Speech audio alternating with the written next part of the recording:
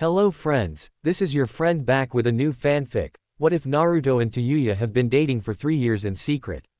If you like this story, don't forget to like, share, and subscribe, and leave your thoughts in the comment. Now, let's start. Chapter 1. Naruto Uzumaki with 2 swords strapped to his back. He has a sword that which looks like Hayate Gecko's. His second sword is an Okaten. The hilt is blue with red flower patterns. The now new Chunin Shikamaru Nara, Neji Hyuga, Kiba Inuzuka, and Choji Akamichi are huddled up after getting their first S-rank mission to rescue Sasuke Uchiha from going to Orochimaru, so the Chunin and Genin are setting a plan. After finding about Orochimaru's ninjas are same ninjas that have caused the death of the Sandaime Hokage Hiruzen Sarutobi, they each knew this wasn't going to be easy mission, even Naruto, the somewhat dense Naruto Uzumaki. Not just are we going up against Orochimaru's elite ninjas, but we have to take in account of Sasuke Uchiha fighting back. Naruto-san, didn't Sakura say Sasuke-san left the village when he was promised power? Asked Shikamaru, looking at the blonde Jinchuriki. Naruto nods his head. Yes, she did. She thinks Sasuke-tem left due to his curse mark, but unlike her, I know Sasuke-tem he left willingly. Sasuke-tem has always craved power. He mostly left Konoha believing the village was no use to him. Said Naruto. He remembers all the times Sasuke would act arrogantly believing he's the strongest. He remembers all the times Sasuke would try to put him down. It would have worked, but since at a young age he was taken care and trained by Genma and Heite, because of them Naruto started reading and training at a young age. The 2 shinobi drill in his head that politics and knowledge are very important to become a great leader. When Naruto was reading, he found Hanzo of the Salamander and Tobirama Senju. He found each men interesting. He started to mold himself to be a great ninja. So, Sasuke Uchiha didn't actually get taken away but left of his own choosing. Man, what a drag, troublesome Uchiha, said Shikamaru. Each of them nod their heads agreeing with the Nara Chunin, but sadly he don't have any information on the enemy, so we're basically going in blind. Hissed Shikamaru. The young genius didn't like how they knew nothing of their enemies, plus Shikamaru didn't doubt if they were able to defeat Orochimaru's elite, the Snake Sanin would most likely send someone else as backup. Alright guys, let's go, ordered Shikamaru. They each nod their head, heading towards the enemy, but unknown to both Sasuke rescue team and Sound 4 another plan was set in motion by none other than Naruto Uzumaki and Tayuya. Naruto then thinks back when talking to Sakura in front of the village. He then narrows his eyes at the teammate he believed to be weak. He didn't hate her, he just didn't like her reason for being a ninja. Flashback. Naruto Uzumaki is standing in front of a crying in distress Sakura Haruno while Naruto has a passive and small frown on his face looking at his pink-haired friend. Naruto, please bring Sasuke-kun back to me. I wasn't able to get Sasuke to stay BB, but I know you're the only one that can bring Sasuke-kun back. Yelled a crying Sakura, bawling her eyes out at the man she loved left the village joining Orochimaru. So, please, on a promise of a lifetime, please bring Sasuke-kun back to me. Cried out Sakura. She then stares at Naruto waiting his answer. After 3 minutes of silence, Naruto breaks the ice. Naruto eyes turn icy blue. No, said Naruto. This left her shocked. She believed Naruto would agree with her promise since he always takes his promise seriously. But why? I thought you were my and Sasuke-kun's friend, yelled Sakura. Naruto with his still passive face just stares at her. Sakura, you really don't know what my true ninja way. My true ninja way is to protect what the village no matter the cause. Tell me Sakura-san, why did you become a ninja? Asked Naruto. Sakura couldn't believe what she was hearing. She thought Naruto saw her as his friend and she honestly didn't understand him at all. I wanted Sasuke-kun to like me and be close to him, yelled Sakura with conviction, but all Naruto wasn't surprised, he was honestly disappointed. Naruto then glares at Sakura. She then backs away at him, glaring at her. You're an idiot, Sakura, stated Naruto without a care in the world. WHWH what? Stuttered Sakura. You said the reason you wanted to be kunoichi is to impress Sasuke-tem, right? Asked Naruto with the hint of disappointment in his voice. She nods her head. Naruto just shake his head. You're a disgrace of a kunoichi, said Naruto, leaving everyone around him shocked. Sakura was even more shocked. WHWH what? Said a shocked Sakura. You say you became a kunoichi to impress Sasuke-tem. You're a disgrace as a kunoichi. Let me ask you something, how long do you train? Asked Naruto. Sakura then mumbles something. What was that? Asked Naruto, wanting to know what she said. I said I don't train. Yelled a crying Sakura. Thought so. Thought Naruto. Sakura, during your fight with Ino was so pathetic I thought I was going to fall asleep, said Naruto, staring at Sakura behind him. The Sasuke rescue team is shocked at his coldness, but Shikamaru noticed Naruto's tone wasn't laced with cruelty. This caused Sakura to get angry. Why you being so cruel, Narubaka? Yelled Sakura, glaring at Naruto. Naruto doesn't back away. He knew what he was saying was cruel, but it needed to be done. Sakura-san, I'm not trying to be mean, I'm trying to get you to open your eyes. At the Chunin exam the only strong kunoichi were Tenten, Hinata, Temari, and Kin, while both you and Ino were at low genin level. Now listen Sakura, I will bring Sasuke Tem back, but not for you, but to be judged as a possible traitor. If I must I will kill him, but I will only do this as a last resort, said Naruto. This left Sakura shocked. At first she thought Naruto was being mean and cold-hearted, but he was trying to help to become a strong kunoichi. But unknown to everyone, his mind wasn't on the Uchiha but on something entirely different. This would be the last day the people of Konoha would ever see the blonde Uzumaki. As Naruto walks away, he then thinks about his other lesson he was taught by Genma. Discreet is the most powerful tool of a ninja, thought Naruto. He then closes his eyes, concentration on what will transpire. Flashback end. As the Sasuke rescue team travel through the forest, each of the shinobi of Konoha know this going to be on tough fight and be the test of their true limits. As Behind looks around with his Byakugan, he sees the chakra of 4 individuals carrying a large box. Neji then focus on the box. He quickly notices inside the box is their target, Sasuke Uchiha. Neji then narrows his lavender eyes. I've found them, they're just ahead of his, stated Neji. Kiba then looks at Shikamaru. So, Shikamaru, we're just going in with no plan?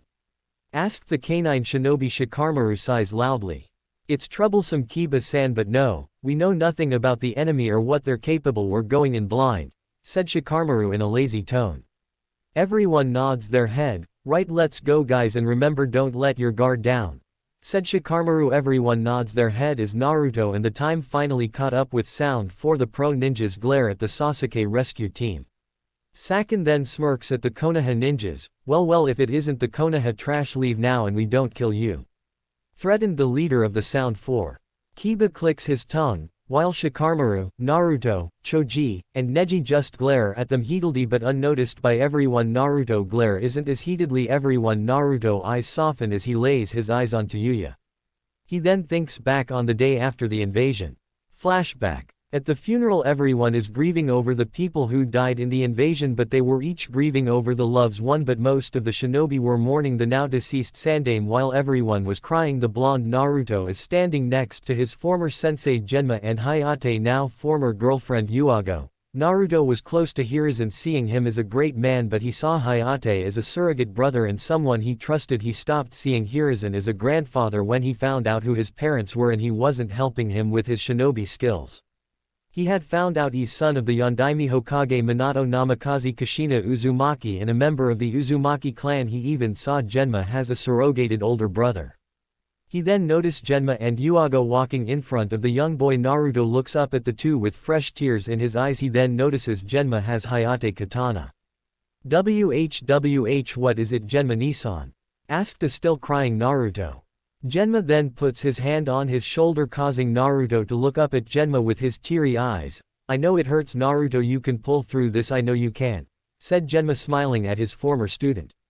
Naruto nods his head viscously in an understanding tone, but the genin heart still ache in pain at the lose of his surrogated brother, Sensei and the Hokage. They might have spread apart, but he was still saddened at the death of Hiruzen. Also, Hayate Koi wanted to give you this, said Yuago as she hands Naruto his katana. As Naruto reaches for his sensei's katana, he couldn't help but to tear up more. Hayate's sensei wanted me to have his katana, asked the speechless Naruto. Both Junin nod their heads. He said he wanted to give you his sword after the Chunin exam. Hayate was impressed with you, Naruto-kun. He believed you were ready and finished your kenjutsu technique. Hayate believed you completed his kenjutsu style. As a show of completing your kenjutsu training, he wanted to give you his sword as a sign of respect, said Genma, who's proud of the young Uzumaki. Naruto nods his head with tears in his eyes, but not in sadness but in joy. Joy at his sensei actually being proud in him. I'll make Hayate sensei and you proud of me. yelled a confident Naruto with his voice laced with conviction. Genma then places his hand on his head, smirking down at his student. "You've already made me proud, kid. I was really impressed with your fight with both Kiba and Neji," said a smirking Genma, but his voice laced with proud. He saw Naruto as a great student and someone who took everything he and Hayate taught him like a sponge. After the feeler moment, they each stood in silence, paying respect to their friends and loved ones. After the funeral is over, Genma leaves, heading toward a bar to drink his sorrows away, while Yugao heads back to her and Hayate home. As they left, the only one still at the funeral is Naruto Uzumaki, student of Genma and Hayate. Naruto is seen gripping his now new sword. His eyes are now bloodshot red from the crying. "You can come out now," said Naruto, not even turning his head around to see who it is. After some time training with his chakra, he found out he can sense the emotions of people, which came in handy. This ability especially came in handy when him and Team 7 faced off against Orochimaru in the Forest of Death. As he patiently waits for the person to speak, but Naruto already knows who it is since Naruto took that person to meet him here. As Naruto waits for the person to talk, he then feels two slender arms wrapped around Naruto. He then feels someone rubs her cheek against his, causing him to put in pleasure. "I missed you, Foxy-kun," said a girl in a feminine-like tone, but the time she used caused him to have a shiver down his spine. "I missed you to Red-chan," said Naruto. He then relaxes as the female rubs her cheek against his. She stops rubbing her face against his. She then pulls closer towards Naruto with her lips inches away from his whiskered cheeks. As she brings her lips to Naruto's chiseled whiskered jaws, as she kisses Naruto's cheek blush pink. Naruto then turned his head around, looking at the girl around his age. The girl has long red hair reaching her back. The girl has brown eyes. This girl is Tayuya of the Sound, Naruto's girlfriend, who he'd known for over 3 years. Tayuya growls at Naruto. He raises his eyebrow at his girlfriend. She suddenly blushed crimson. Tayuya reaches her hands out, grasping Naruto's cheeks as she stares at Naruto intensity. Naruto stares back with same effect. Both blonde and redhead start breathe heavily. With each of them breathing heavily, both Konoha and two ninja can feel each other's hot breath hitting their face. Both of their cheeks turn atomic red while having their eyes laced with nothing but love, desire, and want with one of another. "I missed you, Naruto-kun," breathed out Tayuya as she stares at in her boyfriend's deep blue eyes, feeling as if she stared too long she'll be sucked in. She then moves her hands up to his blonde spiky hair. She slowly lowers her arms, wrapping them around his neck. Naruto caresses her soft both checks. He then lowers his arms, wrapping them around her waist. "I miss you to Tayuya-chan," said Naruto. The two then bring their faces closer to one another until both lips are touching, finally kissing each other. This they had was tender, loving, and most of all full with desire. The kiss they share was also passionate, so passionate it would make you feel like you can see their love for the other. As they continue their kissing, Tayuya decides to bring up another notch. She then starts to lick Naruto's lip for access as he allows her tongue access entering his mouth. Naruto, the child of prophecy, and Tayuya of the North Gate battle for dominance. The two then feel the need of air. They regretful separate from each other, only leaving a trail salvia. As they finish their makeout session, Tayuya leans her head again Naruto neck at the wonderful makeout. "WW, well you sure missed me, Tayuya-chan," breathed out Naruto. Tayuya grins at Naruto, but with her head being buried in his neck he's unable to see her grin. "Shut the up, Naruto-kun. I haven't seen you in 5 goddamn months," said Tayuya. She then looks up at Naruto, now having a sly grin appear on her blushing face. "And don't act like you didn't like it, Orange Fox Orangekitsune-kun," said Tayuya in a teasing tone. Naruto nods his head, not bothered by her cursing since he's used to it. He's actually happy she stopped calling him shithead. "True, I do. I love every one moment being with you, and being by your side makes me feel like luckiest man in the world. Song Princess Ulta Ojo-chan," said Naruto as he kisses her nose, causes Tayuya to let out a soft laugh. After minutes of silence, the two just stood together, enjoying being in each other's presence. Tayuya then decides to be the first one to talk. "So, Naruto-kun thought of a way for both us to leave Konoha and Orochimaru without being hunted every mother and day," said Tayuya. Even though the two have been going out for 3 years, they knew it was only a matter of time when someone finds out two ninjas from enemy villages find their own ninja as dating their enemy. The only people who knew Naruto is dating is the now deceased Hayate, Genma, and Yuago. As for Tayuya, she didn't tell anyone from her village since she knew she couldn't trust any of them with this information, and not telling Orochimaru about it, just thinking of her snake master pisses her off. Naruto then allows a sly grin looking like a fox who has its prey sighted and know it's going to eat good. Actually I've found a time and space jutsu created by Tobirama Senju, said Naruto. Tayuya raises her eyebrow, what's it gonna do send us somewhere else around the in-world? Asked Tayuya. Naruto shakes his head no, Tayuya honestly wasn't so sure about this jutsu. No, the jutsu doesn't send us to another location, it sends us to another world, another alternate world, said Naruto. He then enjoys seeing his redhead girlfriend shock face leaving gaping like a fish out of water. So if we use this jutsu, wouldn't someone else be able to use this jutsu? Asked Tayuya. She didn't doubt Naruto, she just didn't want leaf or sound ninjas chasing after them. She then notices Naruto starts to grin but she couldn't wonder why. Are you gonna tell me silent, yelled Tayuya as she quickly wanted an answer. Naruto chuckles at her. He well knows of her hot temper attitude and sometimes her impatience. No, they won't be able to go after us because going to this world is one-way trip, you can't enter the same world and the jutsu would just enable any from using the jutsu to get there. So, if we get there we don't have to worry about the leaf or sound, Tayuya-chan, said Naruto. This caused a grin to appear on her face, and if they did found us missing, those ass bitches would just think we died and someone burned our bodies, said Tayuya with a full-blown grin. Naruto matches her grin with his own, nodding his head. You're a ingenious you that babe. But I was wondering, what is this jutsu called? Asked Tayuya. If Naruto was grinning, he was now having a shit-eating grin appear on his face, showing off his fangs, making the young ninja look like an actual fox. The jutsu is called Thunder Emperor's Ascendance of New Space, Atarashi Supsu no Sandakote no Yusei, said Naruto. He then drops his grinning face, but the jutsu requires a lot of chakra. Luckily I have enough chakra to actually perform the jutsu, but we both have to do the right hand signs. If he missed even slightly he'll be killed by the jutsu. Tayuya-chan, do you still want to perform the jutsu? Asked Naruto, wanting to know if she truly wants to go through with the jutsu.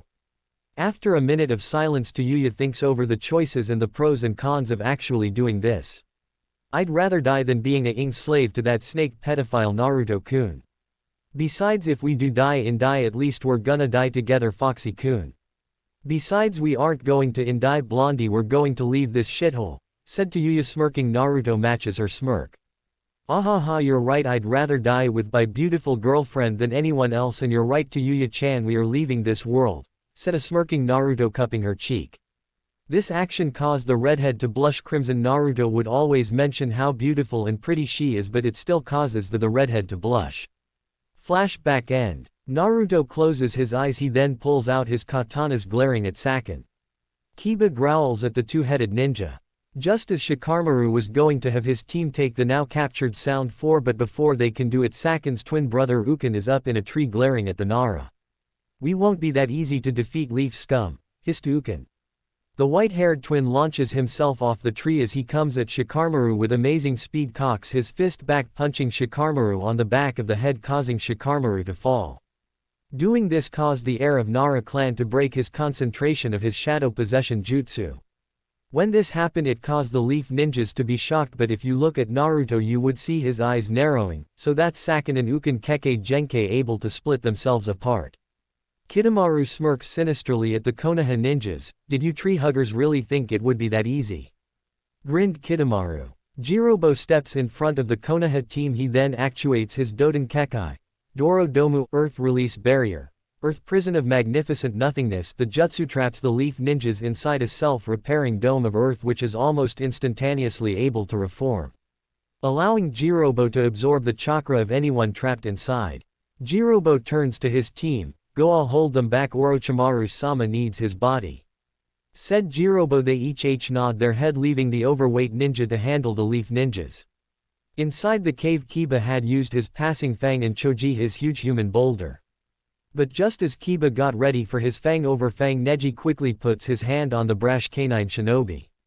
Kiba gets angry at Neji stopping from trying to break through the earth dome. What, Neji-san, we gotta break this stupid thing, yelled Kiba. Neji just sighs at the idiot. What you're doing isn't working, this dome is able to absorb chakra, so you're basically wasting your chakra. We need a plan, stated Neji. They each nod their heads. I have an idea, said Naruto. Everyone then looks at Naruto awaiting his plan. He then sighs. Since the dome will absorb our chakra based, we need to get through it without using chakra, but what I'm about to do you aren't going to like it, said Naruto. Shikamaru then sighs, well, we don't have enough time to come up with another plan, so, Naruto, do what you need to do, ordered Shikamaru, and what he said was true. Naruto just smirks. He then looks back at his teammates. You might want to step back. They did what he said, backing up against the wall. Naruto smirks. He goes through the hand size of boar, snake, ox, and bear. He then claps his hands out of his sleeves. 2 sealing papers come out. Great Uzumaki sealing technique. Apollo's morning star horse go Uzumaki Fuinjutsu. Aporomaningusuda no Uma, said Naruto. Everyone watches at the 2 exploding tags glow so bright it's blind them, almost feeling like they are staring at the sun itself.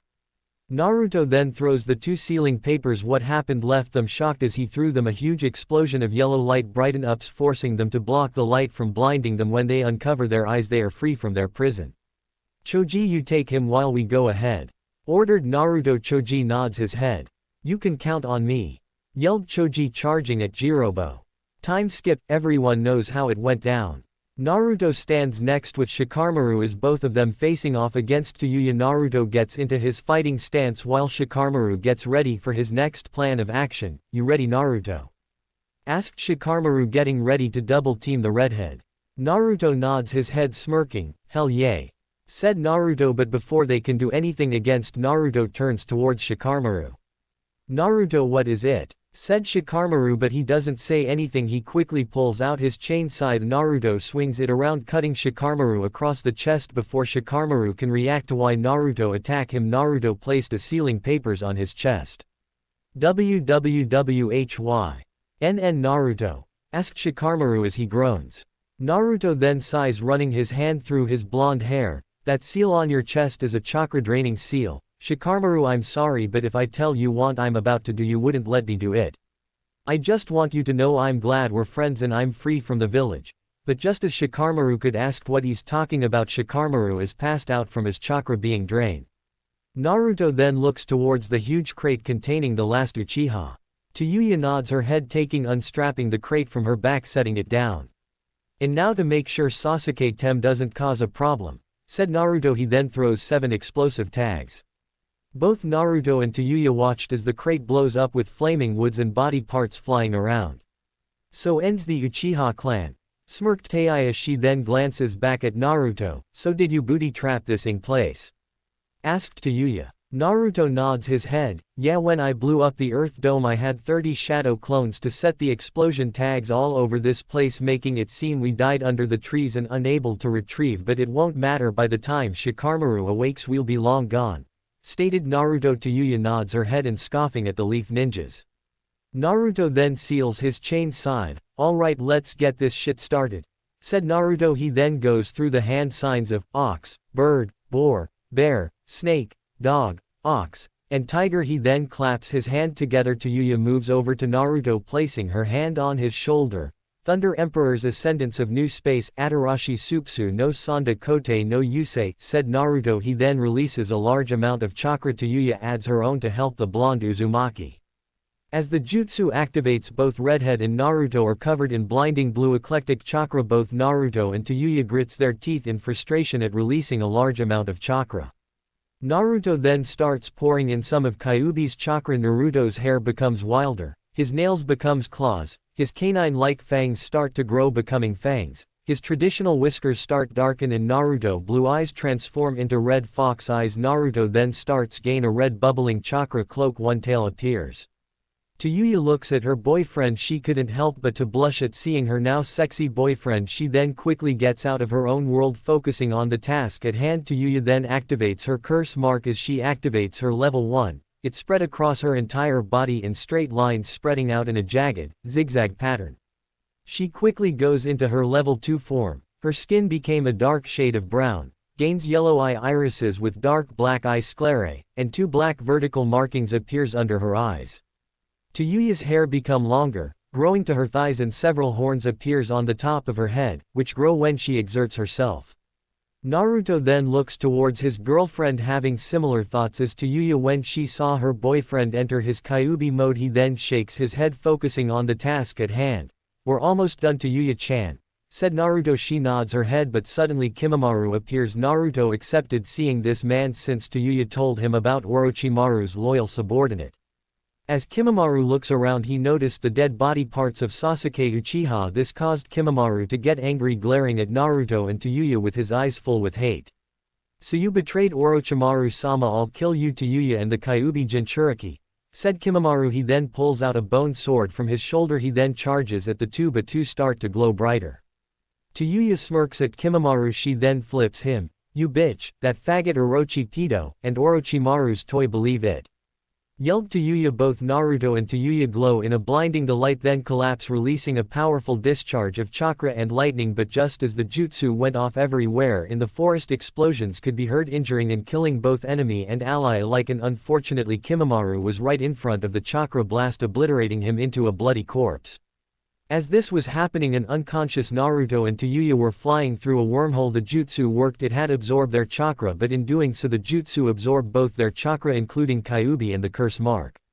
The jutsu had fully absorbed the cursed mark. It had also absorbed both of their chakra, but not enough to kill them, but enough for them to live. As this was happening, Kyuubi no Kistun was experiencing total hell because he's a being of chakra. The Thunder Emperor's ascendance of new space, Atarashi Supsu no Sanda Kote no Yusei, is absorbing every single chakra from the Biju, leaving it permanently dead. No number, this can't be happening, I am, said Kyuubi as B starts to fade away. On this day Naruto was no longer a Jinchuriki and Tayuya wasn't a subordinate of Orochimaru. As they enter the wormhole, Naruto gets sent to a traditional-looking house, but Naruto isn't 12 years old. Body the jutsu also de-aged the two of them, leaving infants. Suddenly the now infant Naruto is crying. Two grown adults around the age 22. They head to see what was the commotion, and to their surprise they see an infant blonde baby wrapped around in orange clothes. The baby is crying at the cold of night. What you think we should do? Asked the woman. Well, my dear, I say we take in. Pause the man. He then picks up the baby and handed the baby to TGE woman. He then stops crying at being hugged by the woman. She smiles seeing the snuggle up to her. As this was happening, the man found a name tag on the orange track suit having the name Naruto. The man then smiles. How about Naruto? Said the man. Naruto then starts to giggle and dialogue hands. Naruto it is, said the man, with Tayuya. Just as Naruto was transported to house, so was Tayuya. The now infant Tayuya was in front of a large two-story dark blue house. At the sound of hearing, a man and woman around the age of 24 years old came out with Remington shotguns. But when they went outside they noticed the crying was coming from a redhead infant. Both gave each other a knowing smile. They pick up the baby who snuggled to the woman. So her name is Tayuya. What a pretty name, don't you think, hun? Asked the woman. The man couldn't argue since he thought the name was cute. Yeah. Now let's go inside. Little Tayuya probably doesn't like the cold, said a man. As they bring Tayuya in their house, this started a new life, as neither of them being a Jinchuriki or subordinate of Orochimaru. Now they can lead a normal life. But this isn't the last time they would meet him. The two will meet again, but not for 12 years old darkness. Chapter 2. A whole year has passed since the former Jinchuriki and shinobi has arrived in the new world. The Jutsu Thunder Emperor's ascendance of new space, Atarashi Supsu no Sanda Kote no Yusei, had also had another effect on Naruto besides of absorbing his chakra and destroying Kyuubi, but also wiped Naruto's mind clean. But it isn't all bad for the blonde. Luckily he has an amazing family. His father Moken Hibana, Bird of Prey, Fire Petal, who's a master swordsman of his own dojo and several other dojos around the world. His mother Haruna Hibana, Spring, Fire Petal, who's also a bow staff master. She even has a degree sociology and another one in medicine, and now Naruto has something he never had before, an older sibling. He now has an older sister who's 7 years old. Her name is Samaman Hibana, Summer Moon, Fire Petal, and just like her parents she knows Kenjutsu and Bojutsu. While Naruto and Tayuya were separated, but on the bright side both were able to get rid of both of their curses. Naruto's curse being the Jinchuriki of Kyuubi no Jutsu and no longer being inside his prison known as Konoha. While Naruto lived in the village his whole life, it had always felt like a prison to him. Samaman has shoulder-length light brown hair. She had 2 bangs reaching down to her left eyebrow. She even has freckles across her cheeks. She has slanted shaped eyes which are surprisingly light green. She wears a white long-sleeved shirt. On the left side of the shirt is a little pocket. On the pocket is a red sun and her sleeves are red in color. She's also wearing cherry red skirt. She also wears black leggings under her skirt, and wears white socks that have cats on them. Samaman smiles brightly at her baby brother who smiles back at Samaman. Naruto lets out a chuckle and claps his hands cheerfully. Samaman covers her eyes. "Where's Sama-chan?" asked Samaman in a cutesy voice, causing the blonde baby to smile.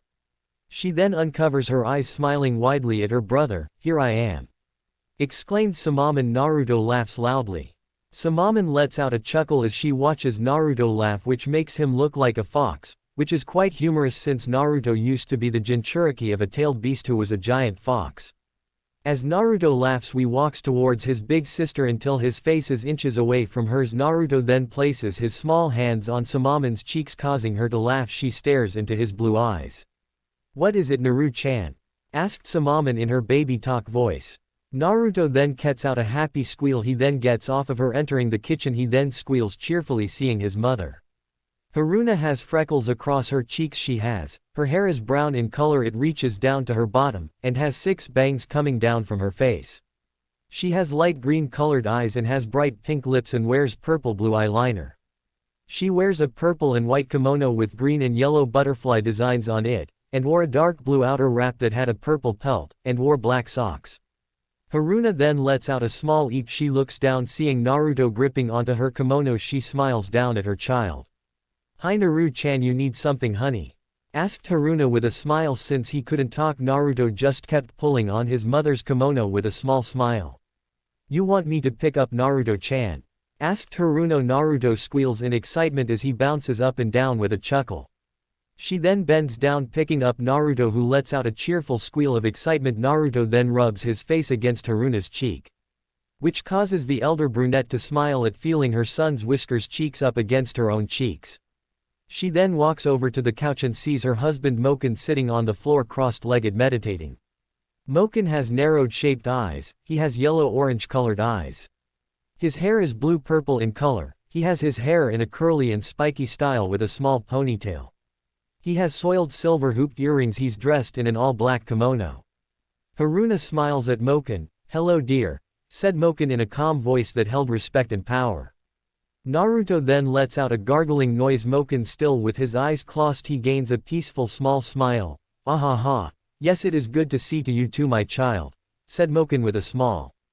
Just as Haruna and Naruto sit on the couch, Naruto bounces up and down in excitement. The blonde then looks towards his mother, smacks his hand on her chest, causing Haruna to sigh. "And now it's time to feed Naruto-chan. I just wish he had another way for getting my attention when most babies cry when they are hungry, but he hits you," said Haruna. Moken smiles at his wife. "Our son is just unique. Now go feed him, dear," said Moken. Haruna nods her head, heading towards the kitchen, and feeds Naruto lice pieces of pars and milk. After the Naruto yawns exhaustively. Haruna then carries the blonde baby to his room. "You had a long day, didn't you?" asked Haruna with a small chuckle. Naruto's response was to yawn loudly as he rubbed his eyes. She then puts her child in his crib. It doesn't take long for the blonde to enter the dream realm. Haruna smiles at her sleeping child. "Have a good nap, little one," said Haruna as she watches her sleeping child. She then smiles brightly. She was honestly grateful for being blessed with such a child. With Tayuya. While Naruto lives inside a traditional Japanese home, Tayuya lives inside a 2-story modern Japanese home that has 3 bedrooms, 3 bathrooms, 1 kitchen, and 1 living room. Just like Naruto, Tayuya was free from her own curse, which is the cursed seal of heaven, Ten no Juin, thus freeing her from the control from Orochimaru, the missing nin, and Snake Sanin. While both Redhead and Blonde were sent to a new world, she was free from her own prison, which was Orochimaru. If she had not journeyed to the new world, then she would have been found out by Orochimaru or Kabuto. She's dating Naruto. And if Orochimaru didn't kill her, Kabuto, but thankfully for Tayuya, she won't ever have to worry about the Snake Sennin or the Medic Nin. Just like Naruto, who had gained a family, she had gained one herself. Her father, Juden Kyoryoshima Bullet Dinosaur Island, is a former military sniper. Now he works as a social worker, helping families when they need it and in some cases reuniting families. Tayuya's mother, Kaihua Kyoryoshima Blossom Dinosaur Island, who's a police officer, and she even has a 13-year-old brother named Kusashiro Kyoryoshima, who's already decided he wants to join the Navy. While Naruto's family is a family of swordsmen and swordswoman, Tayuya's family is a family of military and cops. Which is ironic since Naruto was trained by Genma and Gekko, which seems like Naruto will be trained in Kenjutsu once again. This could be the work of fate, but neither Naruto or Tayuya believes in fate. Kaihua is a Chinese woman with pale yet fair skin. She has gold hooped earrings. Her eyes are teal in colored. Her hair is autumn red. She keeps her hair in a bun with 3 strands of hair sticking out. Kaihua wears a black tank top with the kanji lead Qian on it. She wears sweatpants that have pink dolphin on them, and she has white socks on. Next to her is Kusashiro, who has short autumn red hair. His hair reaches his shoulders. His eyes are orange in color. The child is wearing a red and blue Spider-Man shirt. He's wearing black basketball shorts and white socks. In front of the two, a 1-year-old Tayuya is laughing and giggling away as she bounces up and down. Kusashiro chuckles at his baby sister as he plays with her. She's hyper today, isn't she, Ka-chan? Asked Kusashiro, looking at his mother. Kaihua smiles motherly at her son and looks back at her redhead daughter. That is true, Kusashiro, but you forget she just woke up and she's happy to see us, said Kaihua with a smile. She then looks at her daughter. You miss Mama-chan, Ani-kun, and Papa-kun? Asked Kaihua in a baby voice. Tayuya smiles brightly at her mother and lets out a baby chuckle. Ma ma! Exclaimed Tayuya in a happy tone. Kusashiro looks in awe at his baby sister. Woo, Tayuya-chan is already starting to laugh. She's so smart, exclaimed Kusashiro with a happy grin. They both hear a deep chuckle, causing the two to turn around and see Juden standing behind them with a sly smile. Juden has orange narrow-colored eyes. The man has narrowed jawline. He has a small scar on his chin. His hair is gray-green in color. He keeps his hair slicked back with both sides shaved. Juden wears a black Punisher shirt. The skull on the shirt is blood red. He wears a black diamond Rolex watch. He wears midnight blue fitted jeans and wears black socks. Juden smiles at Kusashiro. My dear boy, you shouldn't be surprised, said Juden. Bends down and picks up Tayuya. She then smiles brightly at her dad. You seem to forget this beautiful girl is very smart. Aren't you, my red? Said Juden in a cheerful tone. Tayuya smiles at her father. Pa! Exclaimed Tayuya. Her family smiles at Tayuya with pride and joy. If only they knew Tayuya, their adopted daughter, was Tayuya of the North Gate, member of Sound 4, and kunoichi of Otogakure. Time skip 5 years later. The years that has gone by have great for both Naruto and Tayuya. Naruto had started learning to use the Bakken and surprisingly well, surprisingly for the Hibana. Unlike in his world, Naruto was brash, loud, and slightly unintelligent, but because he has people raising him, he has become quite a smart and cunning child. Even in class he was voted as hall monitor. He was quite the energetic child, always playing with people, always making friends. Naruto was also very studious thanks to his mother. He even when got high scores on a test he would never really gloat about. But this had made a lot of his classmates jealous. Naruto, and just like any other school, he was bullied. While some would run away, not Naruto. He just wouldn't back down from anyone. So what did the blonde did every time some tried to bully him, he fought them and won. But Naruto couldn't really understand why he's so good in fight. While he did learn self-defense by both of his parents, fighting for Naruto just felt natural, as if he's been fighting his whole life. Which unknown to Naruto, he wasn't wrong. He may have forgotten about his ninja training, but it seems as if his body hasn't. The young blonde would even find himself using the phrases such as Datbeo and Yaano, but the young swordsman still doesn't quite understand why these two phrases feel as natural as breathing. The only way Naruto could explain is, it feels right for some reason. It's as if these words have a deeper meaning, but nor him or his family knew what was so special about the words he uses. He even had a love for the color orange and ramen, which his parents found odd since Naruto hasn't ate ramen before. Now Tayuya, her life was good. She had a father that teach her about guns, a mother who taught her how to fight, and surprisingly the redhead knew how to fight thanks to her intense ninja training by Orochimaru and Kabuto. Her brother would teach her how to use AABB guns, since using real guns was obviously a big hell no. She took all their lessons like a sponge, but just like any person she had her own quirks. Tayuya could be at times impatient and short-tempered, especially when you make her angry, but her father had drilled in the necessities for being patient and cool-headed, but this still didn't stop his little spitfire to get angry. Tayuya and her family just couldn't figure out why she was so short-tempered. She would at times find herself annoyed at certain people, which the 5-year-old found strange. She even found herself to love music, which ironic since in her old world she used a demon flute to fight, but here in this world, the music is able to calm her mind and is able to calm her down when she's having a nightmare. Out of all the instruments young Tayuya loved to hear, it was the flute. The redhead just felt drawn to it as if it is calling to her. Tayuya also found out she was quite good at shooting in one of the legs. She would always practice on her snakes. Her parents would tell her not to mess with the snakes, but she just had an unconscious hate for snakes, which she found strange since a snake has never done anything to her. She just hated them. She wasn't just good with a gun but also good in school. Everyone knew not to mess with her since her mother was a cop and father used to be in the army, but just like all schools you have that one bully who's just. But sadly, for said bully, Tayuya doesn't take shit from anyone. She beat the living shit out of the bully and somehow had literally kicked the bully's teeth. After that she called the bully shithead, which she found odd since she had no idea where the word shithead came from. She'd asked her parents and they said it's a bad word. While life for each were going great for the two, they simultaneously had a dream a week ago. Naruto's dream was strange, but to Naruto it didn't feel like a dream, it felt almost real to real. His dream consisted of strange and bizarre images of a giant orange-red fox, with red eyes, and 9 tails, a giant red toad, a strange kunai, a yellow flash, and an eye that is blood red, and unlike regular eyes this one was different. It held 3 commas circling around. That night Naruto woke up covered in sweat, his face full of tears, and him screaming as if someone has going to kill him. Both parents and his sister had ran in his room wanting to know what's wrong with him. But, as they came in they saw Naruto in his bed covered in sweat. While each tried to calm him down, Naruto just kept his arms wrapped around Samamon's waist. Samamon had decided to sleep in his room, which Naruto was grateful for. Around the same time Tayuya also had her own nightmare that seemed a little too real to just be a nightmare or dream.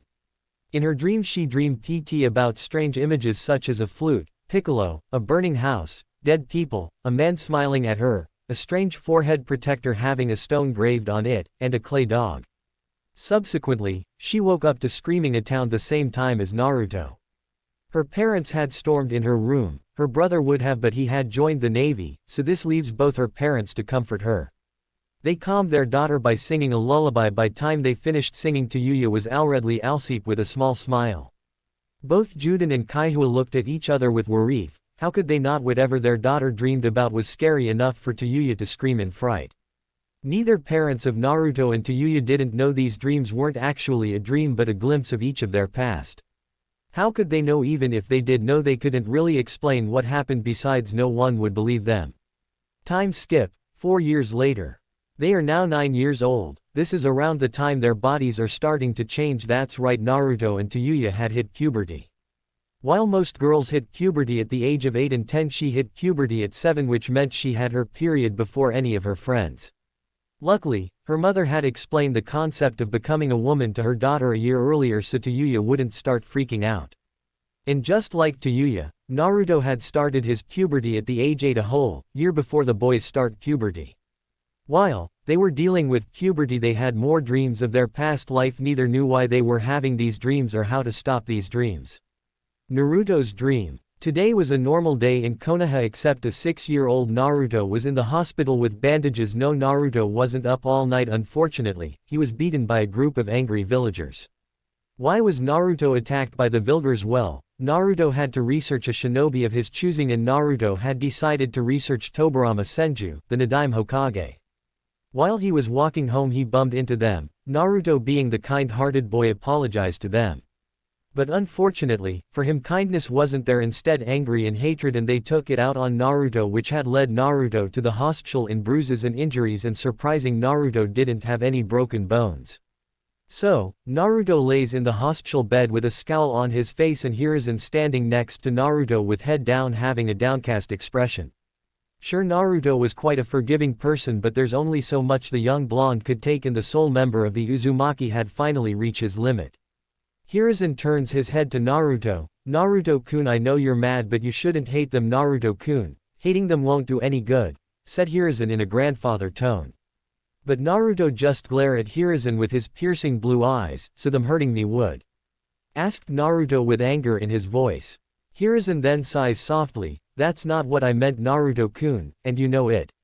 You should forgive them, after all it's the right thing to do," said Hiruzen as he lectures the young Uzumaki. Naruto then rolls his eyes at Hiruzen, tired of the same old lecture. Every time when the villagers attacked him, Hiruzen would always say you should forgive and forget. But Naruto just couldn't. Besides, what sane person would just forgive people that caused them harm, and even when he fights back he gets scolded? Which made no sense to him. Whenever he asked Hiruzen why do the villagers hate him or why doesn't he have parents, it's always the same answer, "I don't know," but Naruto knew he was lying to him. Did he know? Did he trust Hiruzen? Not really. Why should I forgive them? I'll never forgive those who hurt. Those are innocent. The first don't care what their reasons are, said Naruto. He then gets up from his bed and glares at Hiruzen. Besides, I'm tired of you constantly lying to me, said Naruto in a quiet tone. He then walks towards the door, but Hiruzen puts his hand on Naruto's shoulder, causing Naruto's blue eyes to gaze into Hiruzen's own brown eyes.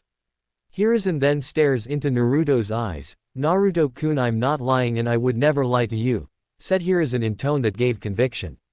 Naruto doesn't stop glaring at Hiruzen. "Then answer me this, old man. Why do all the villagers glare at me and why shouldn't I be mad at them?" asked Naruto. Hiruzen sighs loudly at this. Old man knew what he was doing wasn't right, but the villagers needed a scapegoat. He just didn't know what he was doing was truly worth it. After all, his and Naruto's relationship wasn't like how it was before. The aged Kage looks down to the blonde. "I don't know why," lied Hiruzen in an almost defeated tone. Naruto sighs at the lie. "Then I'm leaving, old M. I mean Hokage," said Naruto as he exits the hospital, leaving the Sandaime Hokage shocked behind belief since Naruto had always called him old man. As Naruto exits the hospital, he makes his way to Training Ground 04. As Naruto walks through the village, each of the villager and ninja alike either glare or snarl at the young blonde, but Naruto has gotten used to the glares, which was truly sad. Since no one should get used to it. The blonde-haired Jinchuriki takes off his bandages. He then sighs at this. No matter how much he gets hurt, he always heals. Naruto was just happy that they didn't cut any of his climbs off. Naruto has finally arrived at the training ground. The training ground has a dirt field ths about 30 miles long. The training ground has several of target practice boards. Naruto then pulls out 10 kunais. He throws the kunai at boards, but he misses the bullseye. This had gone on for an hour until he hears a sigh. Naruto turns around, see a man, but this isn't just any man but a Junin. The Junin has brown, shoulder-length hair which hangs about his face and brown eyes. He wears his forehead protector like a bandana, and the standard Jonin outfit, and has a senbon in his mouth. The Junin rubs the back of his head with a calm expression. Naruto just stares at the Junin. "Who are you?" asked Naruto. The Junin then gains a half smirk. "Isn't it proper to introduce yourself first, kid?" asked the Junin. Naruto then blushes in embarrassment. He then rubs the back of his head, nervous. Hey, sorry, I wasn't having a good day. My name is Naruto Uzumaki," said Naruto with a nervous grin. The Junin smirks at this. "My name is Genma Shiranui. So kid, what are you doing?" asked Genma, watching Naruto's awkward stance. Naruto then smiles at this, since most people look at him with hate, but no, this Genma person, "I'm practicing my kunai and shuriken throwing, Yano," stated Naruto with a grin.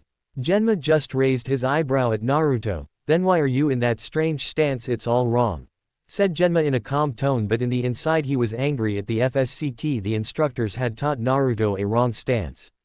Naruto tilts his head in confusing. "What you mean, Genma-san?"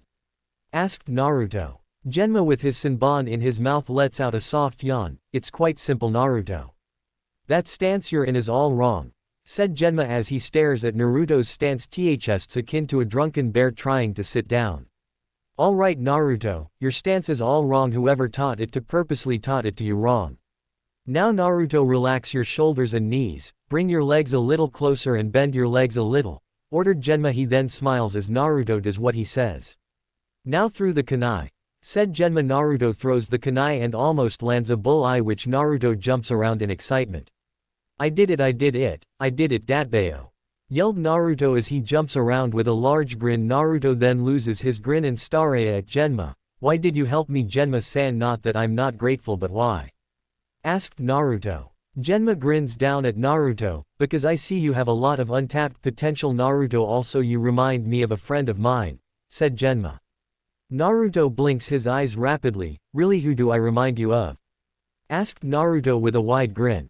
Genma smirks at Naruto. Actually, you remind me a little bit of my friend Anko and Guy. You can be as loud as Anko and you work hard as Guy, and let me tell you something, both Anko and Guy are incredibly strong, but the other reason why I helped you is because I've been looking for a student to train, said Genma, shocking Naruto. Naruto with his mouth open stares at Genma. Wait, you don't me? Asked Naruto with a shell-shocked expression. Genma just nods his head. Yes, you're right Naruto, I want to take you as my student. There's also someone who I want you to meet.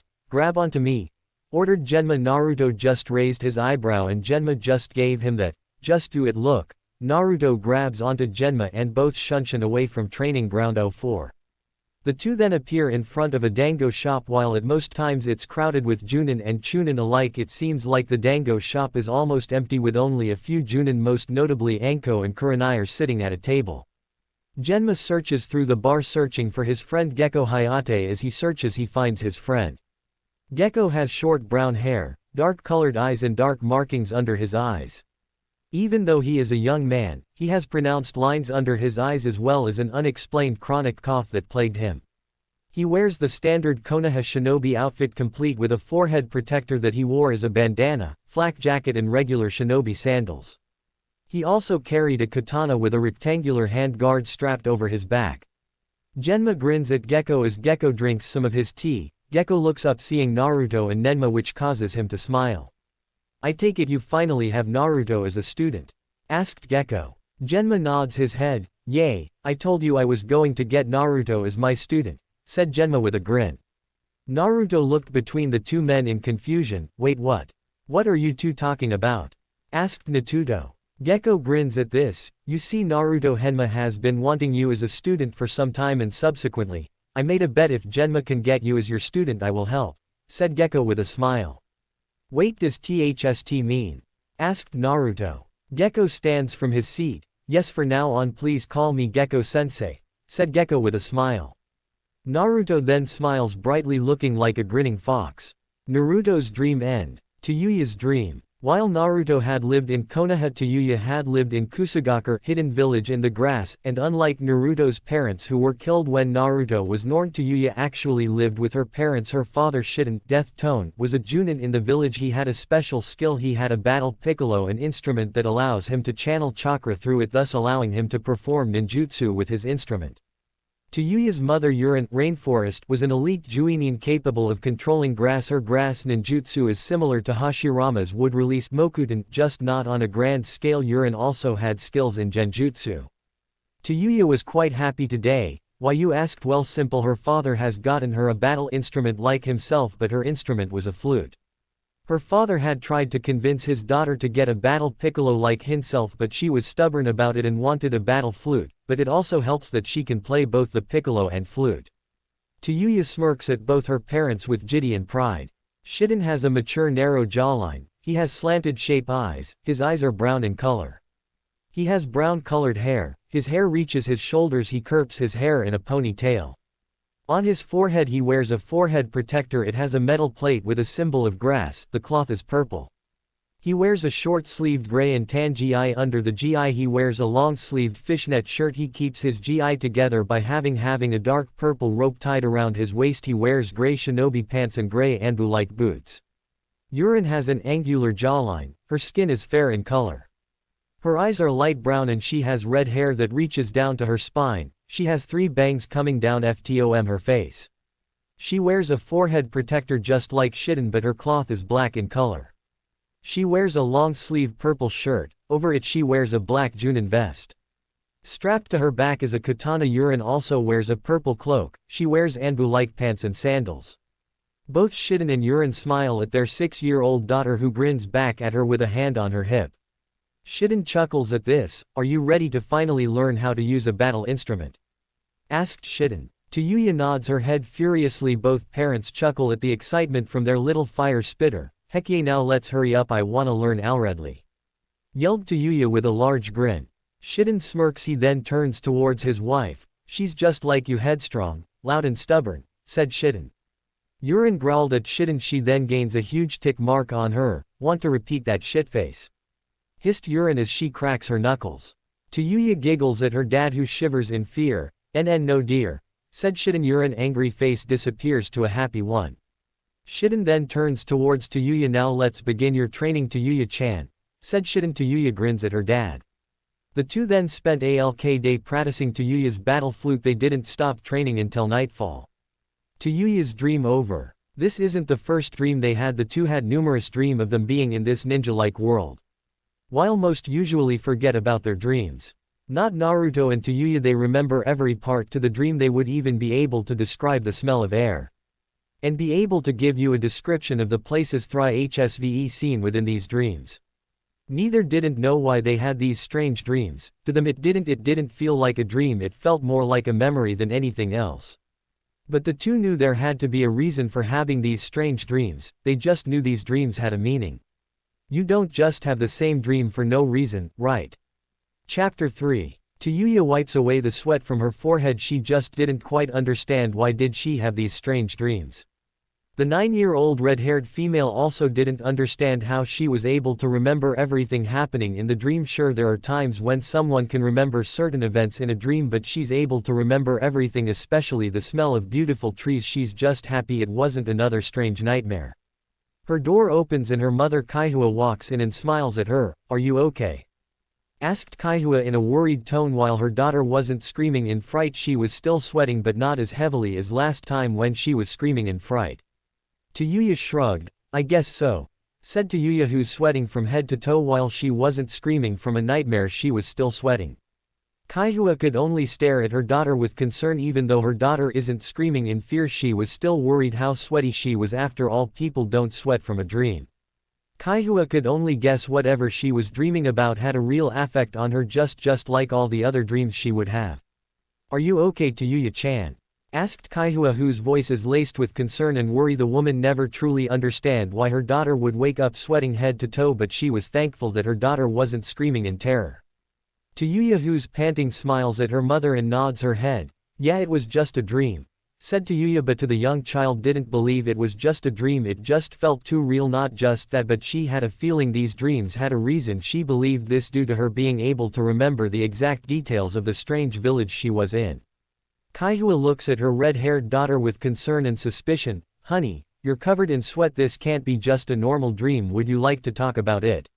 I'm worried about you both, myself and your dad," said Kaihua in a pleading tone, wishing to help her child. Tayuya looks down in sadness as she sees the pained look on her mother's face. Tayuya raises her head and Kaihua sees the look of struggle and confusion. Kaihua grasped hold of the former kunoichi's hand. "Ka-chan, I'm confused," stated Tayuya. She then grips her head tightly. Kaihua tilts her head to the side with her eyebrow raised, confused. "Is it about your dream or is it about some boy?" asked Kaihua in a joking tone, hoping to distract the girl from the dream she just had. Tayuya crossed her arms and puffed out her cheeks and gives her mother a glaring pout on her face. Kaihua giggles at her angry daughter. She mentally gives herself a pat on the back. "Boys are stupid," exclaimed the 9-year-old child, grumbling underneath her breath about stupid boys. Kaihua covers her mouth, trying to stop herself laughing at the angry Tayuya. She remembers when she had the very same opinion on boys. Kaihua wipes away the tears from her eyes due to the sight of a pouting, angry Tayuya. "Yeah, boys are stupid, but one day you'll find that one boy not so stupid," said Kaihua with a small smile on her face. Tayuya clicked her tongue and swiftly turns her head away from the red-haired woman. "I doubt it," exclaimed Tayuya with determination. She then pats Tayuya on the head. "I wouldn't be so sure if I was you. Love works in weird and strange ways, Tayuya-chan," said Kaihua in an encouraging Tayuya to not believe all boys are the same, and she was enjoying teasing her daughter. She just shook her head negatively. "If that happens, then he'll be a shithead," exclaimed Tayuya, but her eyes quickly opened widely. "Tayuya language? Where did you learn such language, young lady?" exclaimed Kaihua in a stern tone. She knew Tayuya didn't get it from her Arjuden. Tayuya looks down in shame. "In my dream," muttered Tayuya in a fast pace. "Slow down, Tayuya, I didn't hear you," said Kaihua in a stern tone. Tayuya slowly nods her head. "In my dream. I heard the woman in my dream say it," said Tayuya in a low tone, but Kaihua was still able to hear her daughter. Kaihua narrows her eyes. Have you ever met this woman? Or hears that word anywhere else? Asked Kaihua, wanting to know how had used such crude language around her childhood. Tayuya shook her head negatively at her mother. Nope, I've never met the lady before. Lied Tayuya. Well, she wasn't exactly lying, since the only time she actually only saw the woman and man in her dreams, and saying the person has only appeared in your dreams sound crazy, but somehow Tayuya knew all the strange dreams she'd been having must be connected. I haven't heard anyone say that word before, said Tayuya. Kaihua runs her hand through her hair. She then rises from Tayuya's bed. The woman smiles warmly at Tayuya. How about I get you some water? You do have school today and it is 4 in the morning, so get some sleep, said Kaihua. Tayuya nods her head in agreement, with both unaware of the connections of the memories Tayuya is being forced to endure. The very same can be said about Naruto, who also awoke from his own memories.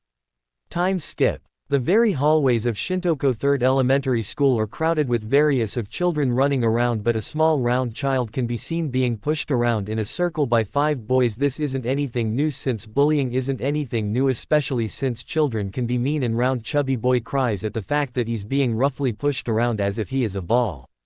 Oops, my bad, said a child who steps back, allowing the chubby kid to land face first on the floor. The chapter child groans in pain. One of the bullies then begins the kick, forcing the chubby child to hit the floor. Come on, get it up, fatty, said a bully. He then snatches the glasses the overweight child was wearing. He then puts the glasses on. Oh wow, you're super blind, exclaimed the boy. One of the boys who has the overweight child's backpack then begins to dig into. What the heck is this? Asked a bit, who pulls out a magazine of that bag. The magazine itself has an image of a group of Marines on it. The boy looks towards his other friends with a confused look on his face, since he was accepting the magazine to be a hentai, Sports Illustrated, or a Playboy magazine, not some Marine magazine. Seriously, what is this? Asked the boy. Upon seeing none of them knowing what it actually is, he grins and literally tears it in half, laughing at the chubby child. Ahaha, what a loser. Check it out, he's crying. Ahahaha, laughed the boy. One of the other bullies then takes out another magazine. This magazine appears to have a cover of various of people in paintball gear. He then throws it to the ground without a care. He then pulls out a magazine with instructions on BB guns. He then stops that and pulls another one out. The bully nearly freaks out as the magazine has a picture of tanks. He then turned towards the downed kid. You're a freak, exclaimed the boy. He then grins mischievously at the chubby child. Oops, my hand slipped, said the boy, who rips the magazine that has an image of paintball users. Those are mine, cried the large overweight child, who has tears and snot out of his nose. He then rises up to get his magazines back, but his efforts are put to a halt as he's pushed down to the ground, thus being forced as each of the bullies literally tear apart each of his magazines. As the last one was torn to shreds, one of the children turns towards his smile with a smile. Well, that was fun. What do you want to destroy? Laughed the bully who's holding his gut. He then smiles widely and snaps his fingers, causing his friends to turn towards him. One of his raised an eyebrow at him. So, what do you want to destroy next? Asked the child who's tearing out the pages from the destroyed magazine. He then pouts as he empties out the large boy's backpack. Aw man, there's not even a Playboy magazine in here. What a loser, grumbled the child in a disappointment. The one then grabs the glasses from their friend. Let's destroy these, exclaimed the child. Heck yeah, let's do it, exclaimed the child. Do it, chanted the child in excitement. One of the boys grinned at him. Hurry up and break it, Kurokami, cheered a child with glee. Let's give Fatty a swirly next, chanted a child. Oh wow, a swirly, how cliche. Yeah, that's good. Next let's give him the world's meanest wedgie ever, then let's paint him orange and hang him from the outside. Encouraged, but this voice wasn't from one of their friends, no, it was from Naruto. Hibana. Naruto just waved at him with a grin on his face, but the look in his eyes promised pain. Kurokami looked shocked at Naruto. He was aware of the blonde, who was in all sense of words an enemy to all bullies and a Boy Scout, well, a very strong Boy Scout. Crap. What are you doing here, Hibana? Demanded Kurokami. Naruto stares down at the chubby crying boy and then back at Kurokami. He then shrugged his shoulders. I don't know, walking around until I smelled the odor of idiots and the smell lead me to you guys, Yano. Grinned Naruto in a mischievous manner, but mentally confused. Not of the bullies, no, he was confused by the strange words, since he can never remember saying such word. He then mentally shakes his head. One of the children glares at Naruto. This isn't your business, Hibana. yelled the child, clutching his fist, causing it to nearly become red. One of the bullies nods his head. Yeah, mind your own business, exclaimed the bully, but mentally he was scared since that smile of his was anything of one of innocence and friendly. That smile of his reminded him of mischievous kitsune looking at its prey. Naruto's grin didn't leave his face. 5 against 1, that's unfair, Yano. So who wants to go first, or do all you guys want to go all at once? That'll be fun, Datbeo, grinned Naruto, his eyes then widen at the word, Datbeo. Wait, the only place I've heard Datbeo is my dreams. Just what the heck is going on? Thought a confused Naruto. Then let's even it, said a feminine voice. The boys turn and see a grinning Tayuya, but her grin vanishes as her brown eyes stares into Naruto's own blue eyes. She then mutters yellow and he mutters red. Both X Jinchuriki and X Sound 4 grip their heads in pain. The bullies use this to their advantage and tries to attack them, but as soon the bullies get in their personal space, both Redhead and Blonde retaliate. Tayuya side kick a bully in the ribs, causing him to buckle. She then rams her knee in the boy's face while Naruto dodges the blow and hits him in the gut with his elbow. The kid wind is knocked out of him. Naruto then punched him straight in the face. Both Blonde and Redhead watched as the two bullies are knocked out due to their heads hitting each other. The three other boys grit their teeth. 3 inches frustration as their two friends are knocked out. Tayuya dodges a swipe at her. She kicks him in the stomach and then used him as springboard to jump down next to Naruto. She then smirks at him in a cocky manner, getting into her fighting stance. Naruto gets into his own fighting stance. You ready, shithead? Grinned Tayuya, ignoring the strange verbal tickets. Naruto grins back at her, giving her a tooth grin. Hell yeah. We got this in the bag, Datbeo, said Naruto, who ignored the strange words, seeing it as unimportant. The 3 bullies were more important. Seems unfair, Yano, said Naruto. Tayuya nods her head with a smirk. Yeah, for them, grinned Tayuya. Kurokami grits his teeth in frustration. That's it, get them, ordered Kurokami as heck and his 2 friends charged at Naruto and Tayuya, but Naruto grabs hold of Tayuya's hands and swings her at a student. Both her feet hit the small boy in the stomach, thus beginning the fight, but both Tayuya and Naruto weren't seeing the fight in front of them. Tayuya was seeing her and 3 other individuals fighting against a white-haired teen who was able to use his very bones just like her dreams. She couldn't control her actions as she uses a flute to summon 3 giant monsters that look like they came out of a Hellraiser movie. While Tayuya was seeing her and 3 others fight against this white-haired teen, he was seeing himself fight against a white-haired man, but instead this man appeared to be an adult. Not only was he fighting an adult, he was wielding the same sword he was found with when he arrived in this new world, and just like Tayuya, he was unable to do anything and just re-watch as he summons 10 clones wielding the sword. But to Naruto it felt just as weird as the other dreams. But then both are awoken from their strange daydream. Both Naruto and Tayuya find themselves in the real world. They both noticed the last one standing as Kurokami, who's faced his bruises and his right eye is closed shut. Tayuya goes for a strong side kick while Naruto goes for a strong left hook as both blows hit their target, causing Kurokami to be launched back because both attacks hit him in the face, leaving Kurokami knocked out. Tayuya and Naruto turned towards each other with a dazed expression. The two could do nothing but stare at each. Naruto rubs the back of his neck nervously and extends his hand out. Hey, I'm Naruto Habana. You were awesome back there, said Naruto with a nervous grin. Tayuya grins back at him in a cocky manner and grabs hold of his hand and shakes. I'm Tayuya Kyoryushima, you were great too, shithead, grinned Tayuya. She then blushes in embarrassment at the strange word. Naruto could only blink his eyes in confusion. Shithead, exclaimed Naruto with a confused look on his face, not sure what to make of the strange word. Tayuya looked down in shame at the crude word, but for some reason she felt no need to apologize at the blonde. Sorry, said Tayuya in an apologetic manner. He then released a chuckle of nervousness. It's okay, I'm sure you didn't mean it. I mean, I said Datbeo and I don't know why I said it, to be honest, said Naruto.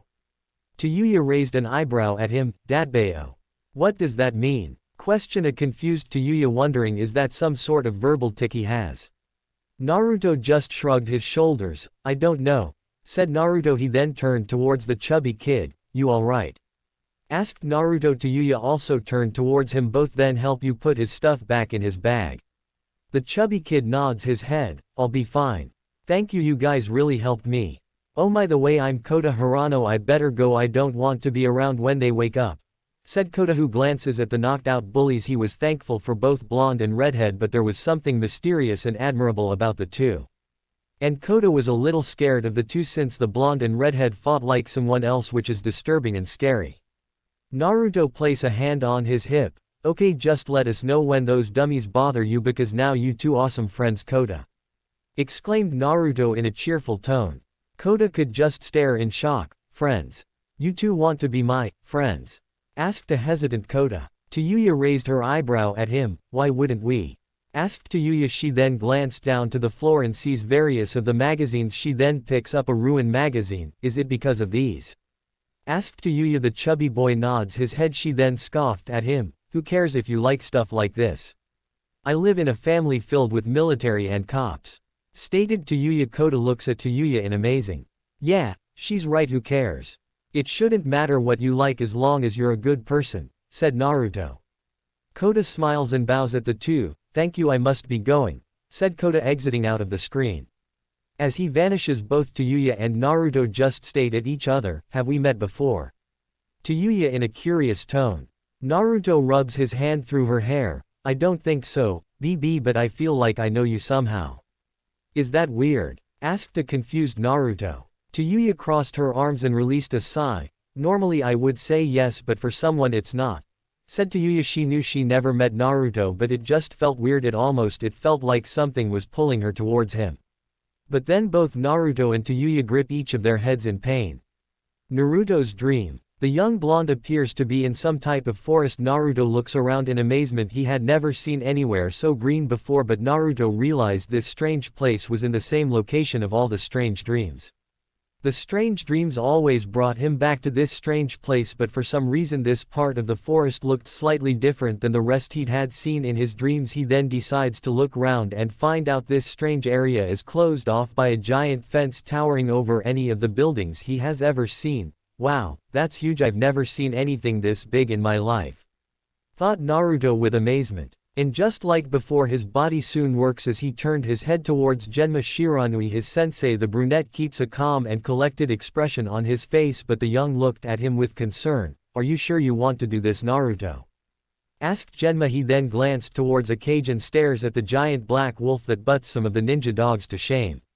Naruto unsheathed his okatana and grins widely at his sensei. Yosh. Let's do this, Genma sensei, yelled Naruto with excitement. The man runs the back of his head. You know, only people who have been a genin do this type of training. But to give you a heads up, this animal is an infant, but your job is to avoid it for a minute. Now, let me ask you again, are you sure about this? Genma. Naruto nods his head. Yeah, let's do it, exclaimed Naruto, who's excited. Genma pressed a button and the human-sized beast runs out towards Naruto at incredible speed. Naruto barely dodged the wolf. He quickly backdrops away and pulls out a smoke bomb and throws it at the face of the giant canine.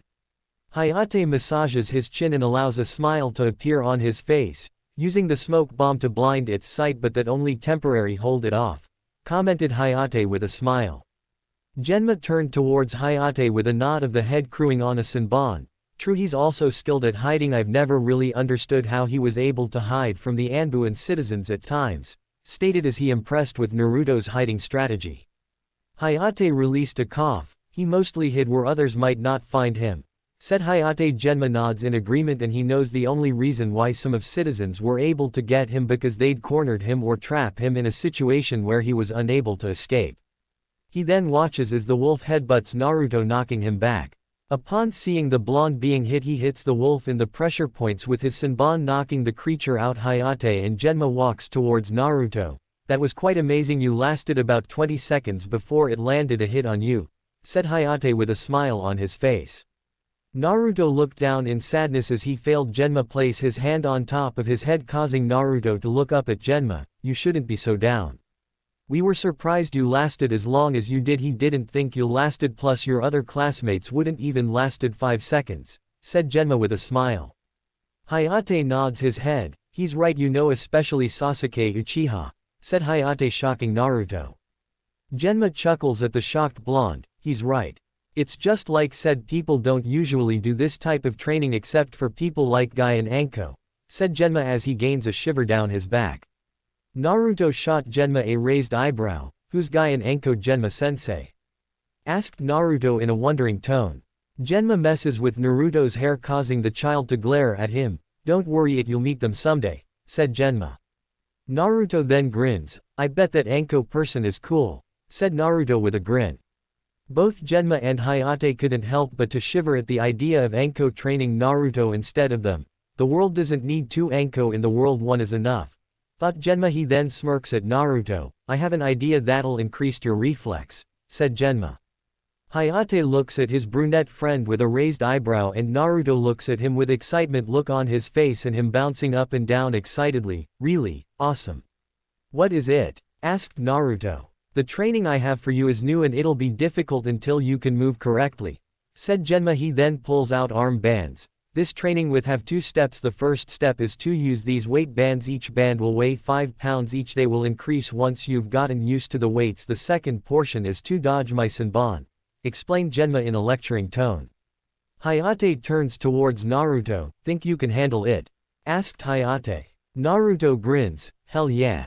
I've complete this training in no time datbayo, exclaimed Naruto. He then puts on each band. He watches as they turn red and gain the kanji for 5. Whoop. Naruto is then brought down to his knees, then his face slams to the ground. Dream end. Tayuya's dream. The redhead finds herself what looks like it can be a wide jungle-like area, but to the redhead it seemed more like a training ground due to the various of practice targets around the area. But just like Naruto, she had always found herself within the same village and she honestly doesn't understand why, but even now she understood these dreams are connected. Tayuya's body then turned towards her father in this strange dream. Shiden smiles warmly at his daughter who looks very eager to learn sound ninjutsu. You ready to learn how to use a battle fruit? Asked the brunette with a smile on his face. The young 9-year-old nods her head, of course Oto-san. I've been ready. And when I master my battle I'll be the strongest kunoichi in the universe, exclaimed Tayuya in an overconfident. Shiden chuckles at Tayuya. It was almost scary and funny how Tayuya acted like her mother, but upon seeing her father at her she glares daggers at her father. What's so funny? Yelled Tayuya. Nothing, you just reminded me of your mother, said Shiden with a warm smile on his face. Tayuya giggles at Shiden. She then grins at her father, causing him to raise an eyebrow at her. This smirk had also raised alarms. If mom heard you she would hurt you, said Tayuya with a wide grin on her face. This had made Shiden shiver. He knew if Yurin had heard him she would either take it as an insult or just hit because she think he deserved it. Tayuya then laughs at him. Ahaha, Oto-san is scared of Ka-chan, laughed Tayuya. He just smiled at his daughter. I am not scared of Yurin, thought Shiden. Alright, now that you'd had your fun let's get on with your lesson, said Shiden. Yay, training time. So, what we going to learn first? Asked Tayuya. Well, first I think I should teach you one of my favorite technique. It shouldn't be too hard to learn. The technique I want to teach you is Flare Hunter Furahanta. It is a C-rank ninjutsu that creates a fire hound. Now allowed me to show you, said Shiden. He then gives to play his piccolo and pours in yang chakra into the instrument. Tayuya watches in amazement as a dog who appears at the size of a bear. The dog is a rusty red with 4 eyes on its face and 24 eyes on its limbs. Tayuya's eyes lit up. I'm astounding in amazement. Cool, exclaimed Tayuya. She then puts the flute to her mouth and begins to do the same, but instead of an animal appearing a smoke appears. She then looks down in sadness. He begins to place his hand on her shoulder, but his eyes catch something strange. Well, strange for a ninja. Up in the sky he sees a strange clay-like form falling from the sky. The man's eyes widened in shock. Oh no. What is Iwagaker's explosion core doing here?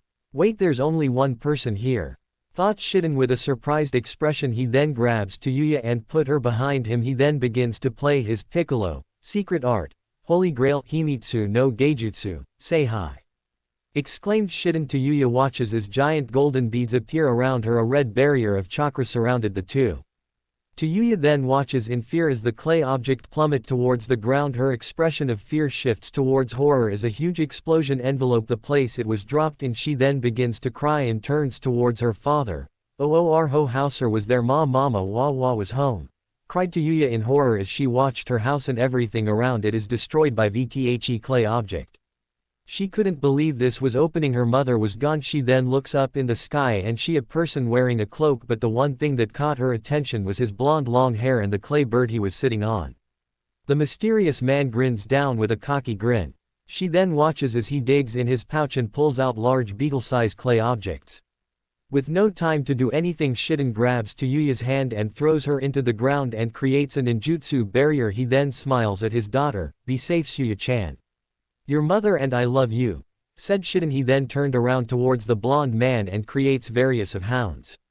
Dream end. Both Tayuya and Naruto release the grip on their head. Tayuya sees Naruto with a wide expression and he sees her with a shocked expression and tears coming down from her face. "Did you see something?" asked Naruto in a caution tone. Tayuya nods her head. "Yeah, I was in a village," said Tayuya as she wipes away the tears. Naruto's eyes widened in shock. "And these dreams bring you back to the same vision, right?" asked Naruto. Tayuya nods her head and smiles at him. "So, I'm not insane. I knew there was some reason why I was having these dreams. I just didn't know for what reason I had these dreams," said Tayuya. Naruto rubs the back of his neck. "Man, this is crazy." "So what do you think? So do I mean we can't tell anyone about this?" said Naruto with a nervous expression as the two begin to walk towards class. "The only thing we can do," said Tayuya gaining a confused look from Naruto, "rely on each other for now. The only person we can trust is each other," said Tayuya.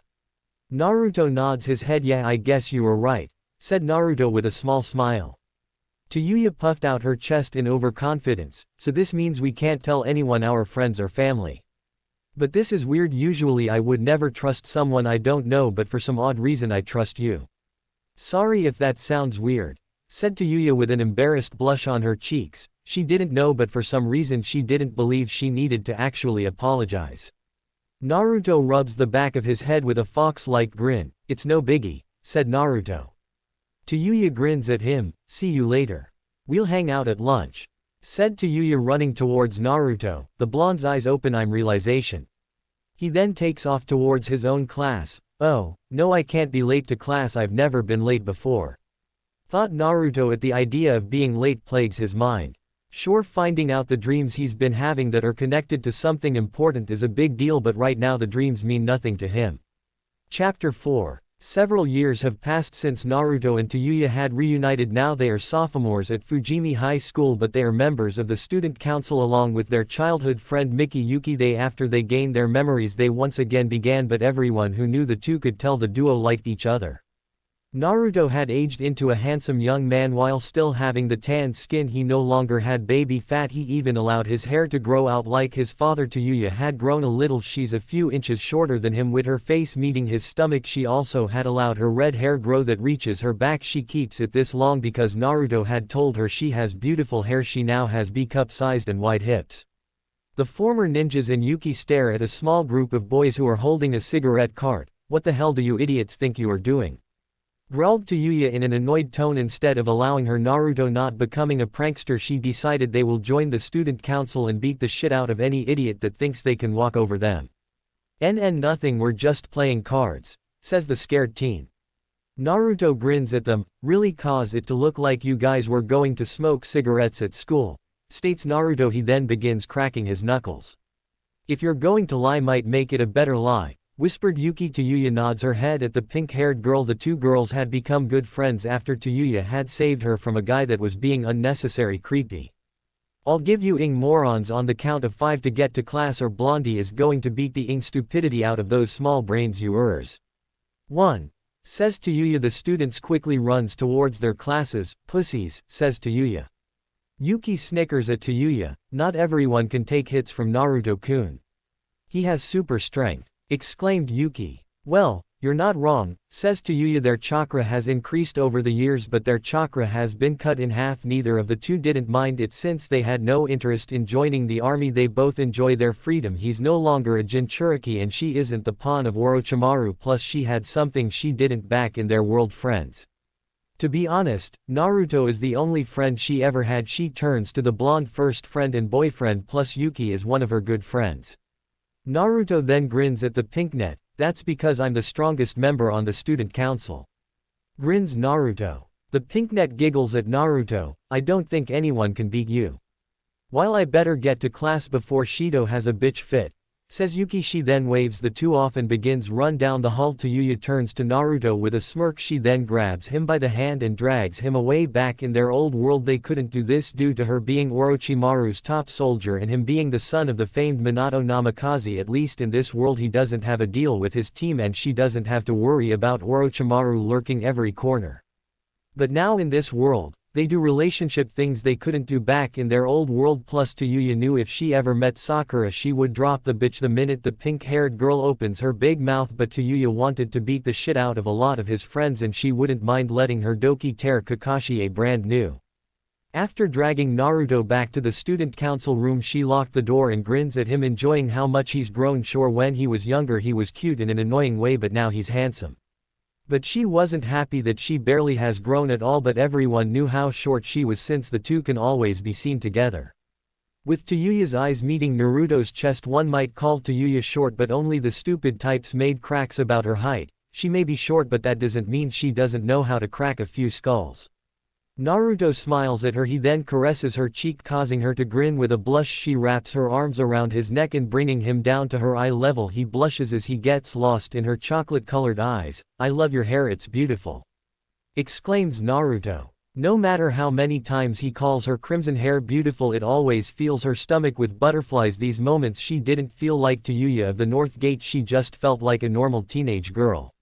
She grins at him, "Cheesy bastard," mocked Tayuya, but her tone didn't hold its usual fierce vibe. She then grabs hold of his whiskered face and claims his lip. He wraps his arms around her waist, causing her to moan into the kiss, enjoying the taste of her blonde lover. She then begins to bite on his bottom lips, demanding him to open his mouth. Before he could even fully open his mouth, she rams her tongue in his mouth.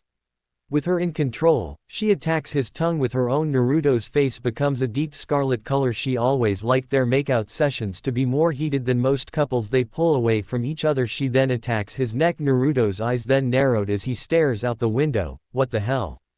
exclaimed Naruto. This causes Tayuya to pull away from him and stare outside.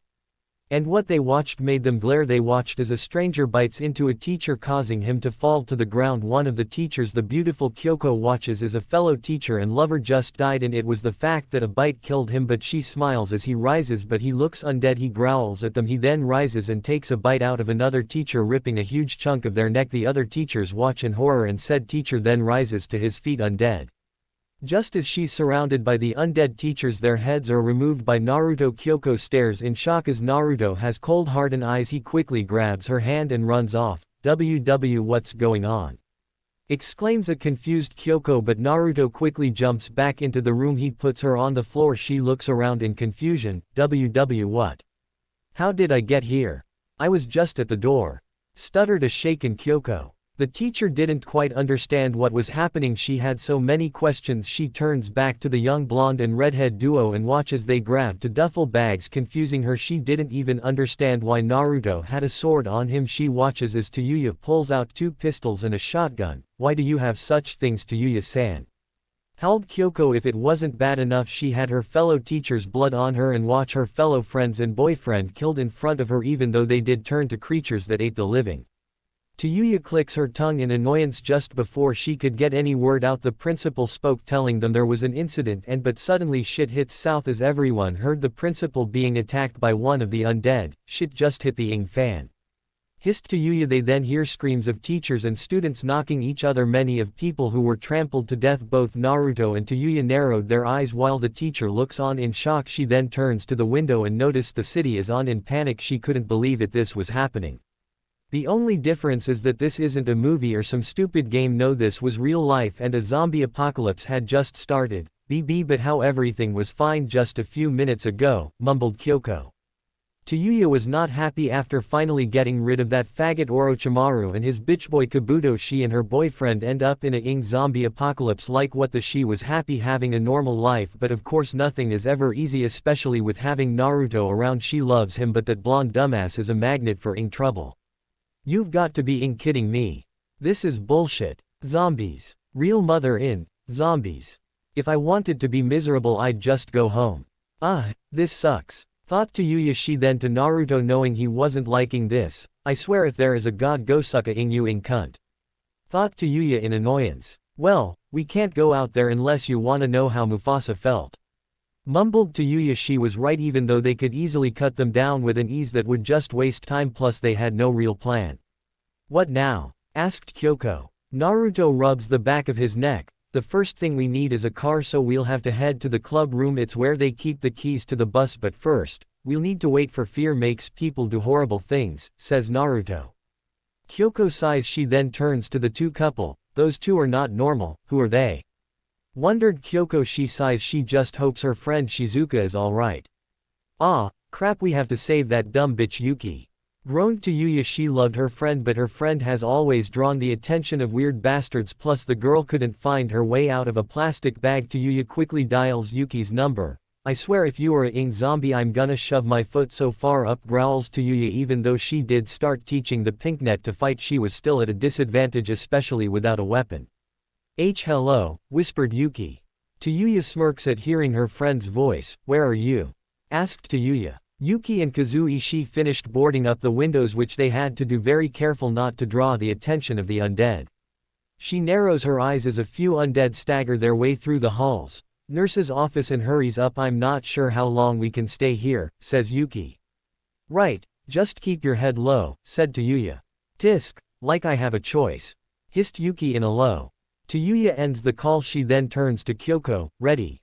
Asked Tayuya. She nods her head, not trusting her voice. She then fixes her hair and glasses. Staying in the school isn't a choice, and unfortunately, my car is too small for everyone, says Kyoko. Tayuya nods her head, handing the teacher a 9mm. You haven't held a gun before? Questioned Tayuya, watching as the woman stares down at the gun and being surprised at how heavy the gun is. No, never had a reason to, replied Kyoko. The teacher watches as the two straps the duffel bags on themselves. It's pretty simple, point and shoot and don't be a dumbass, use both heads. Says Tayuya. She then turns to Naruto, who has two knives drawn. You ready, shithead? Grinned Tayuya. Come on, we got a girl to save, Yano.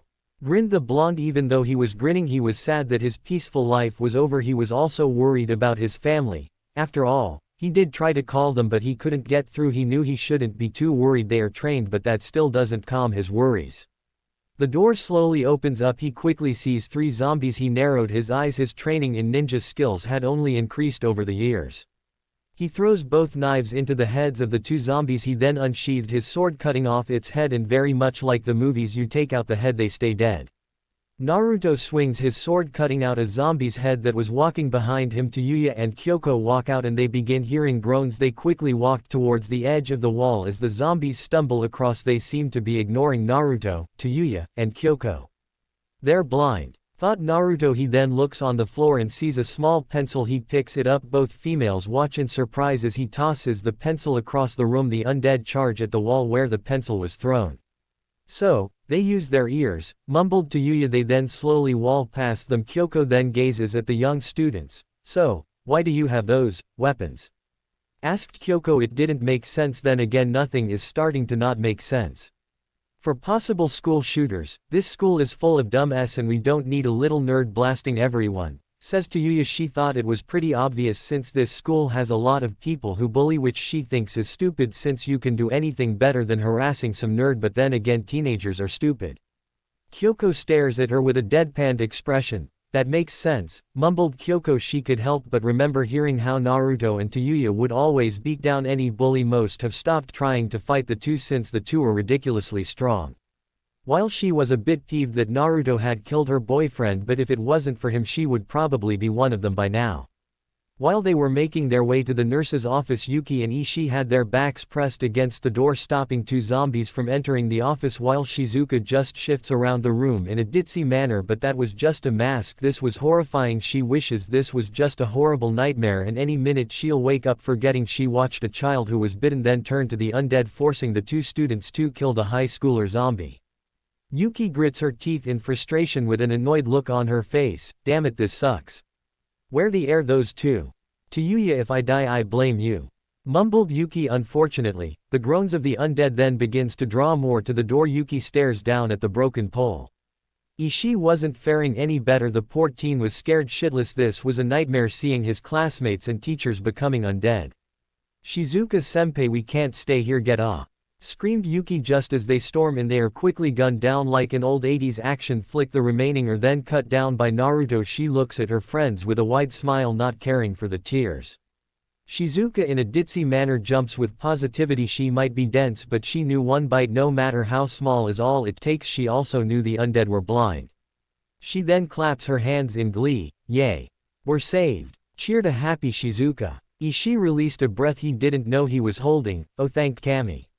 Says the teen. He then stares in confusion as he sees Yuki trying to hug an unwilling Tayuya, who looks annoyed. His eyes then gaze down at her guns. Tayuya-senpai, why do you have those guns? Asked the boy. Do you want to live? Asked Tayuya, not knowing what to say. The boy just nods his head. Tayuya smirks at this. Then stay with us. Exclaimed Tayuya with a grin. He then smiles. He watches as Shizuka hugs her fellow teacher. Naruto-senpai, you and Tayuya-senpai made it before me, says Seiko. The beautiful maiden woman smiles at the two. She then turns to the others. And you saved the nurse. Has anyone been bitten? Asked the woman. What the hell? These two look like Tsunade and Hinata. Well, if Hinata had a backbone. Thought Naruto. He then turns to Seiko and shook his head at the shrine maiden teen. He then turns to Yuki, who also shook her head negatively. No, we're all good. We're heading for the club room to get keys, says Naruto. That makes sense, says Seiko. The brunette then turns to Yuki, who has a self-made spear. She then turns to the blonde nurse. It was clear she'd probably never been in a fight, so expecting her to use any type of weapon was unlikely. She then turns to the other male, who was holding a medical pole. What's your name? Asked Seiko. Kazu Ishii, says Ishii, now feeling nervous. You did a wonderful job protecting Yuki and the nurse, says Seiko. Ishii blushes at the compliment, but that isn't a suitable weapon. May I see it? Asked Seiko. Before he can hand it to her, Naruto steps up, giving him a large weapon. This will be better than some self-made spear, says Naruto. Thank you, Uzumaki-senpai, says Ishii with a bow. The young teen was quite surprised with the weight of the blade. And don't be dumbass and trying to be a hero. And aim for the ing head. The rules in the movies still apply. Orders Tayuya. He nods his head. Good, now let's get going. Ordered Tayuya. The young Ishii nods his head. After all, a horse of the undead had come by. It's better to leave now before any other undead comes. She did shoot her guns and they don't have the silencer on them. And the undead would soon be here, so the group quickly fled, not wanting to take any chances. Unfortunately, a certain blonde kept falling on her more than a few times. Tayuya, Seiko, Yuki, and Kyoko sighs at the woman. Tayuya kneels before the fallen woman. Within seconds she cuts the squirt. Shizuka watches in shock as the small blades cut down her clothes. She glares at Tayuya. Hey, that was Prada! Exclaimed the nurse. Tayuya stares at Shizuka in annoyance. What's more important? Your ing clothes or your dumb life? Insulted Tayuya, glaring at Shizuka. Both! Exclaimed a pouting Shizuka. Dumbass! Groans Tayuya. Shizune puffed her cheeks out at the cursing redhead. Kyoko helps her friend up. Tayuya stares at the clingy Shizuka with a deadpan expression. She'll be lucky to get out of this shithole alive, though she knew others like Kyoko and Ishii would be lucky to even make it outside. It's already a ing shitstorm in here and outside is gonna be a ing bitch outside. Thought Tayuya, glaring at the blood-stained walls. Ishii then turns to the other male. Naruto-senpai, what do we do when we get the bus? Asked Ishii. Well, I plan to get everyone's family then head somewhere safe. But we'll need somewhere secure. Unfortunately, neither Tayuya's nor mine is that secure. And of course anyone who we may find, says Naruto. He then rubs the back of his neck. Adopted he may, but they are still his family. Plus Naruto Uzumaki always protects his most precious people. Shizuka then turns to the teens with a megawatt smile. This action only caused her outrageous to bouncy. She looked away in respect while Naruto just stares at her face. He knew if his eyes even moved an inch this would only anger the short-tempered tomboy, and angry jealous Tayuya is never a good thing. I know just the place. My friend's place. There's this big wall and a big view. There's this tank girl this big. Exclaimed the excited woman. And where is this house? Asked Seiko. Tokanasu City. Says Shizuka. Well, let's go. The faster we're out of the school the better, says Naruto while slow. Once they get their hands on you it's over, especially if they are in a group you're already dead. But, because they are undead they no longer have any restraints. Plus being in a closed space area isn't good, especially since they can come out of any of these rooms waiting for their next meal. Naruto then turns to his hot-tempered girlfriend. He smiles warmly at her. She blushes at him and grabs his hand, running her fingers over his own. At least I have her by my side. If it is the end of the world, I'm happy it's with her. My Tayuya, thought Naruto. The young blonde had always dreamt of them together, but back then he always thought he would need to be like Sasuke, a traitor of the village. But he supposed he is a traitor. The only difference is left for happiness while Sasuke left for power. He used to feel bad for his diseased friend, but he soon realized Sasuke didn't care about them. He only cared for himself, and the village catered to his selfish desires. And now the village was forced to go on without any Uchiha or Uzumaki Jinchuriki, but Naruto could care less about Konoha. It was never his home, only his prison. And now the two are from their prison. Konoha and Orochimaru are far from their grasp. He's now free from Kyuubi no Kitsune, no longer hearing the annoying fox tempting him to remove the seal. But it seemed like Haku was right. With the Genjutsu kunoichi by his side, he feels like he can take on the whole world. It also helps she likes him. Then again, not many can handle Tayuya's unique personality. Shizuka smiles warmly at the former ninjas. The world might be going on fire, but she can't help but feel happy for the two. Plus she was a fan of romance. Kyoko looks at her fellow collage with a deadpan expression. She then pulls on Shizuka's arm. Will you stop acting like a child? You are an adult just like me, whispers Kyoto. Shizuka just smiles at her friend with a small pout, but they're so cute. Whined Shizuka. The young blonde woman ignores the glare of Tayuya. Plus I'm scared, thought Shizuka as her eyes glance at the wall. She even looks behind her and releases a breath she didn't know she was holding. She honestly wishes she could just wake up from this horrible dream, but everyone wishes this was just some bad dream. But fortunately, for them, they aren't dead, or worse, undead. Everyone then stops as two undead walks towards them groaning. Both Naruto and Seiko look at each other with a nod. With sword Bakken drawn, the two easily kills the two. With the two undead students finally dead, they continue on their part. Ishii looks at the dead undead with a sigh. That could have been me or any one of us. I sure am thankful for those two, thought the glasses teen. His eyes widened as the undead launches itself at him. Ishii quickly stabbed him through the head. Ishii removes the spears and quickly walks a little faster. Yuki turns to him with a look of concern. Are you okay? Asked the pinkett teen. He shakily nods his head. I'll be alright, but I think I'm going feel much better when we're on a bus, says Ishii with a nervous look. She smiles at him with a nod. Plus she wouldn't mind a shower. I hope this place is as protective as she says, thought Yuki with a hopeful sigh. She was also pretty sure their classmates were most likely eaten or turned into an undead corpse, but she did feel a lot safer with Seiko, Naruto, and Tayuya. Yuki then turned to Shizuka, who's clingy with Kyoto. She is a child, thought Yuki, but she really couldn't fault the young woman. This was scary. Seiko's eyes glance at Naruto's sword and smile, happy that a fellow swordsman survived, but she isn't surprised. She knew he belonged to a kendo family just like her own family. She can also tell the look in both Naruto's and Tayuya's eyes told her they weren't even scared, but they were just cautious and ready. Ready for the next zombie to just hop out. At least with her friends here she doesn't have to worry about being turned into a buffet. She then sighs. I can't believe I'm thinking about food at a time like this, thought Yuki. It also didn't help. She can feel the grumbles in her stomach. Ah! Yelled a young girl. They quickly run towards the sound of screams, but with Naruto and Tayuya being the faster of the group, they were able to make it to the classroom faster. Both of them glared at the zombies that are charging at an overweight Kutra, and a very terrified Saya throws various objects at the undead. Tayuya glares at the undead. She pulls out various knives and throws them head on, each knife stabbing its way into each zombie's head. With fresh tears in the pinkett's eyes, she couldn't believe it. She was nearly eaten in a few seconds. Saya then launches herself at Tayuya and cries into her shirt. Most people would find themselves trying to comfort her, but Tayuya wasn't your average person. With an annoyed look on her face, she turns behind her and sees no one behind the two of them. Shit, thought Tayuya. Seeing no one around, she decided to let the girl let it all out. Suddenly her group and Takashi and Rei storm in the room. Takashi stares at Naruto and Tayuya with a shock. Naruto-senpai, Tayuya-senpai, and Busujima-senpai, exclaimed the shocked teen. Thank you guys, says the nervous Kota. He smiles gratefully at Naruto and Tayuya. He doesn't even want to think what would happen if they weren't here. While Shizuka was handling the shocked Saya, Tayuya's Seiko then turns to Takashi. You know Nurse Marikawa, Uzumaki, and Kyorishima from the student council, don't you? I'm Busujima Seiko, senor, Class A, says the brunette female. Komuro Takashi sophomore, Class B, says Takashi.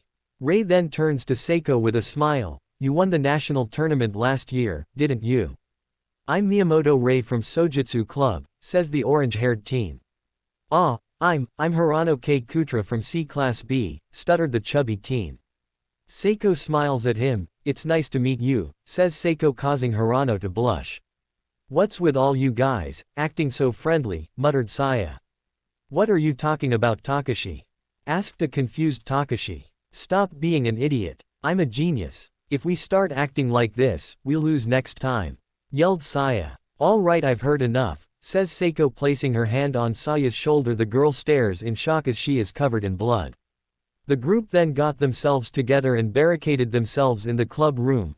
Let's take a break, says Naruto. Shizuka lays her head on the desk while Seiko sits down and massages her shoulders. Takagi-san, are you all right?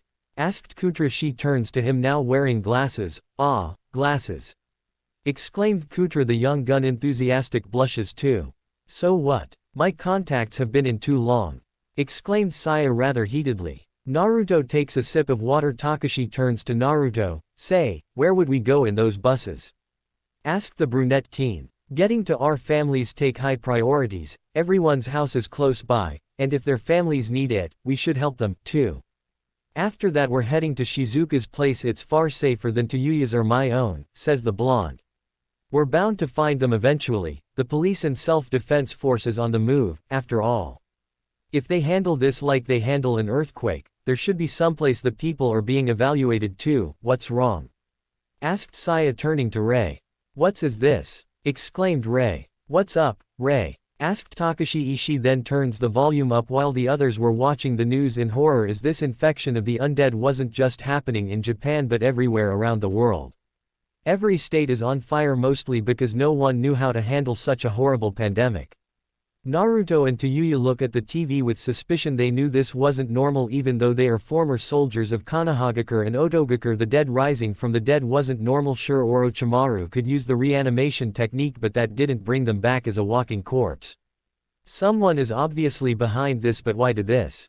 Anyone knows this is a horrible idea, so why the hell play God? Thought Naruto. The blonde former Jinchuriki wished Shikamaru was here. He knew if anyone could find a cure it would be that lazy bastard.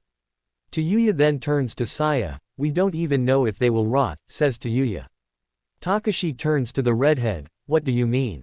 Questioned Takashi. For one, they are walking in corpses. So a cure is out of the question. This isn't going to die anytime soon, says Tayuya. She doubted things will ever go back to normal. After we check on our families, we'll have to agree on some place to escape to. In any case, we won't survive if we act selfishly. We're a team. If we want to stay alive, we're going to have to act like one, says Naruto. Rei turns to Naruto. How are we going to get out? Asked Rei. Getting to the parking lot through the front entrance would be the quickest way, says Naruto as they stepped out of the room. Kutra shots two undead with his nail gun.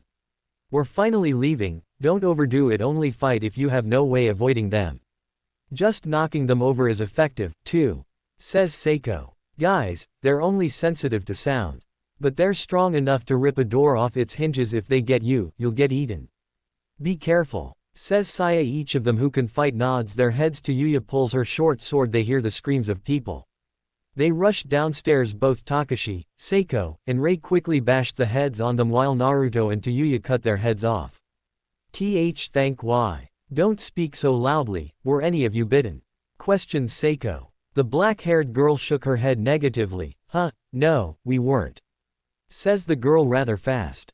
We're going to escape from the school. Do you want to come along? Asked Naruto. They just shook their heads. Both he and Takashi look and see the entrance is covered with the undead. Takashi gulps in nervousness. I don't want to do this, says Takashi. They can't see, so it'll be like you're hidden, whispers Saya. Well then Takagi, go out there and show us proof, comments Takashi, which quickly shuts up the teen. Show us your theory is correct, Takagi-kun. We won't be able to move quietly with a group this big. Inside the school, during the first attack, I couldn't find any consistency in their movements, says Seiko. Rei clutches the spear close to her. We won't be able to just run out the entrance, states Rei, staring up at Seiko. I'll go, says Naruto. Everyone but Tayuya stares at him. It's obvious no one is going to. Everyone is too scared to. Besides, standing here talking about it won't solve anything, says Naruto. Plus thanks to his training he could easily do this. Takashi then turns to him. If you're going then I'm too, says Takashi.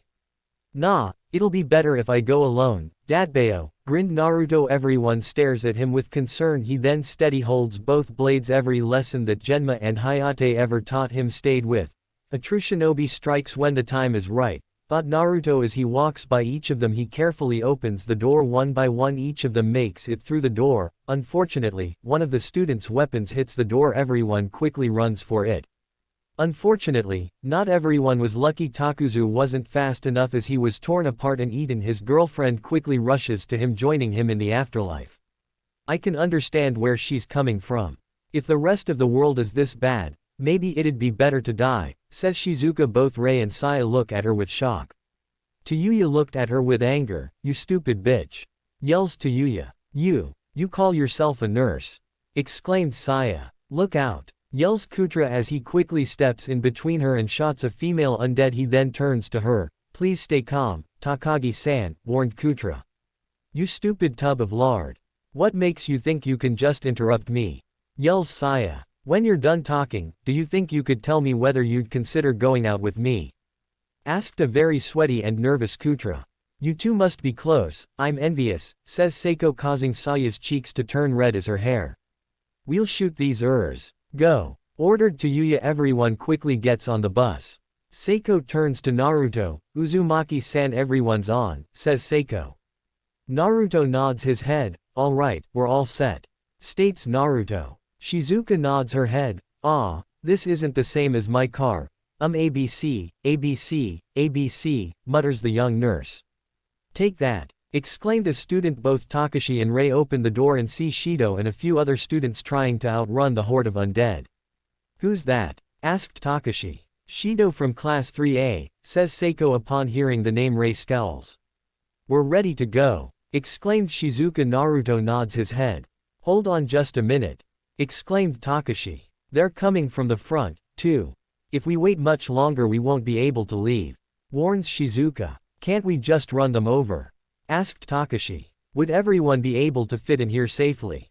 Wondered Saya. Just before Takashi can even run out, Rei holds him back. We're not going to save him, yells Rei. He glares back at her. Rei. What the hell are you saying? Yells Takashi. We shouldn't save him. That kind of person is better off dead, yells Rei. While the two were having their lovers' spat, they watch as Shido kicked a student in the face, leaving at the mercy of the undead. Even as he gets on the bus they glare at him. You saved us. Is Busujima-san or Uzumaki-san the one in charge? Asked Shido. Seiko turns to Silver-Tongued Man. We don't have anyone like that. We relied on each other to escape, says Seiko. Somehow this made the man grin in the same way Orochimaru did. In order to survive, a leader is absolutely necessary. The reason is obvious. A leader must protect the order, says Shido in a alley manner. As Naruto sits down, Tayuya glares at Takashi. You're in, dumbass. You'll regret this face, hissed Tayuya in anger. She then seats next to her boyfriend. She then turns to Yuki, who was sitting in front of them. She noticed she seems to have fallen asleep. Sometime after escaping the school, they are driving down the street. They ran over an undead. Like I've been saying, it's dangerous to drive like this. Why do we have to be with you guys? You all decided on where to go without considering us. Wouldn't it have been better to just find someplace we could hide out at, in the dorms or in the school? Yells Sonoda. He's right, you know, we're only putting ourselves in more danger by driving this way. We should stop somewhere. There was a convenient store just a little ways back. Yells the teen. The bus comes to a stop as undead fall from a helicopter. Can't you drive slower? That's enough, lay off of me. I've never driven one of these before, yells Shizuka.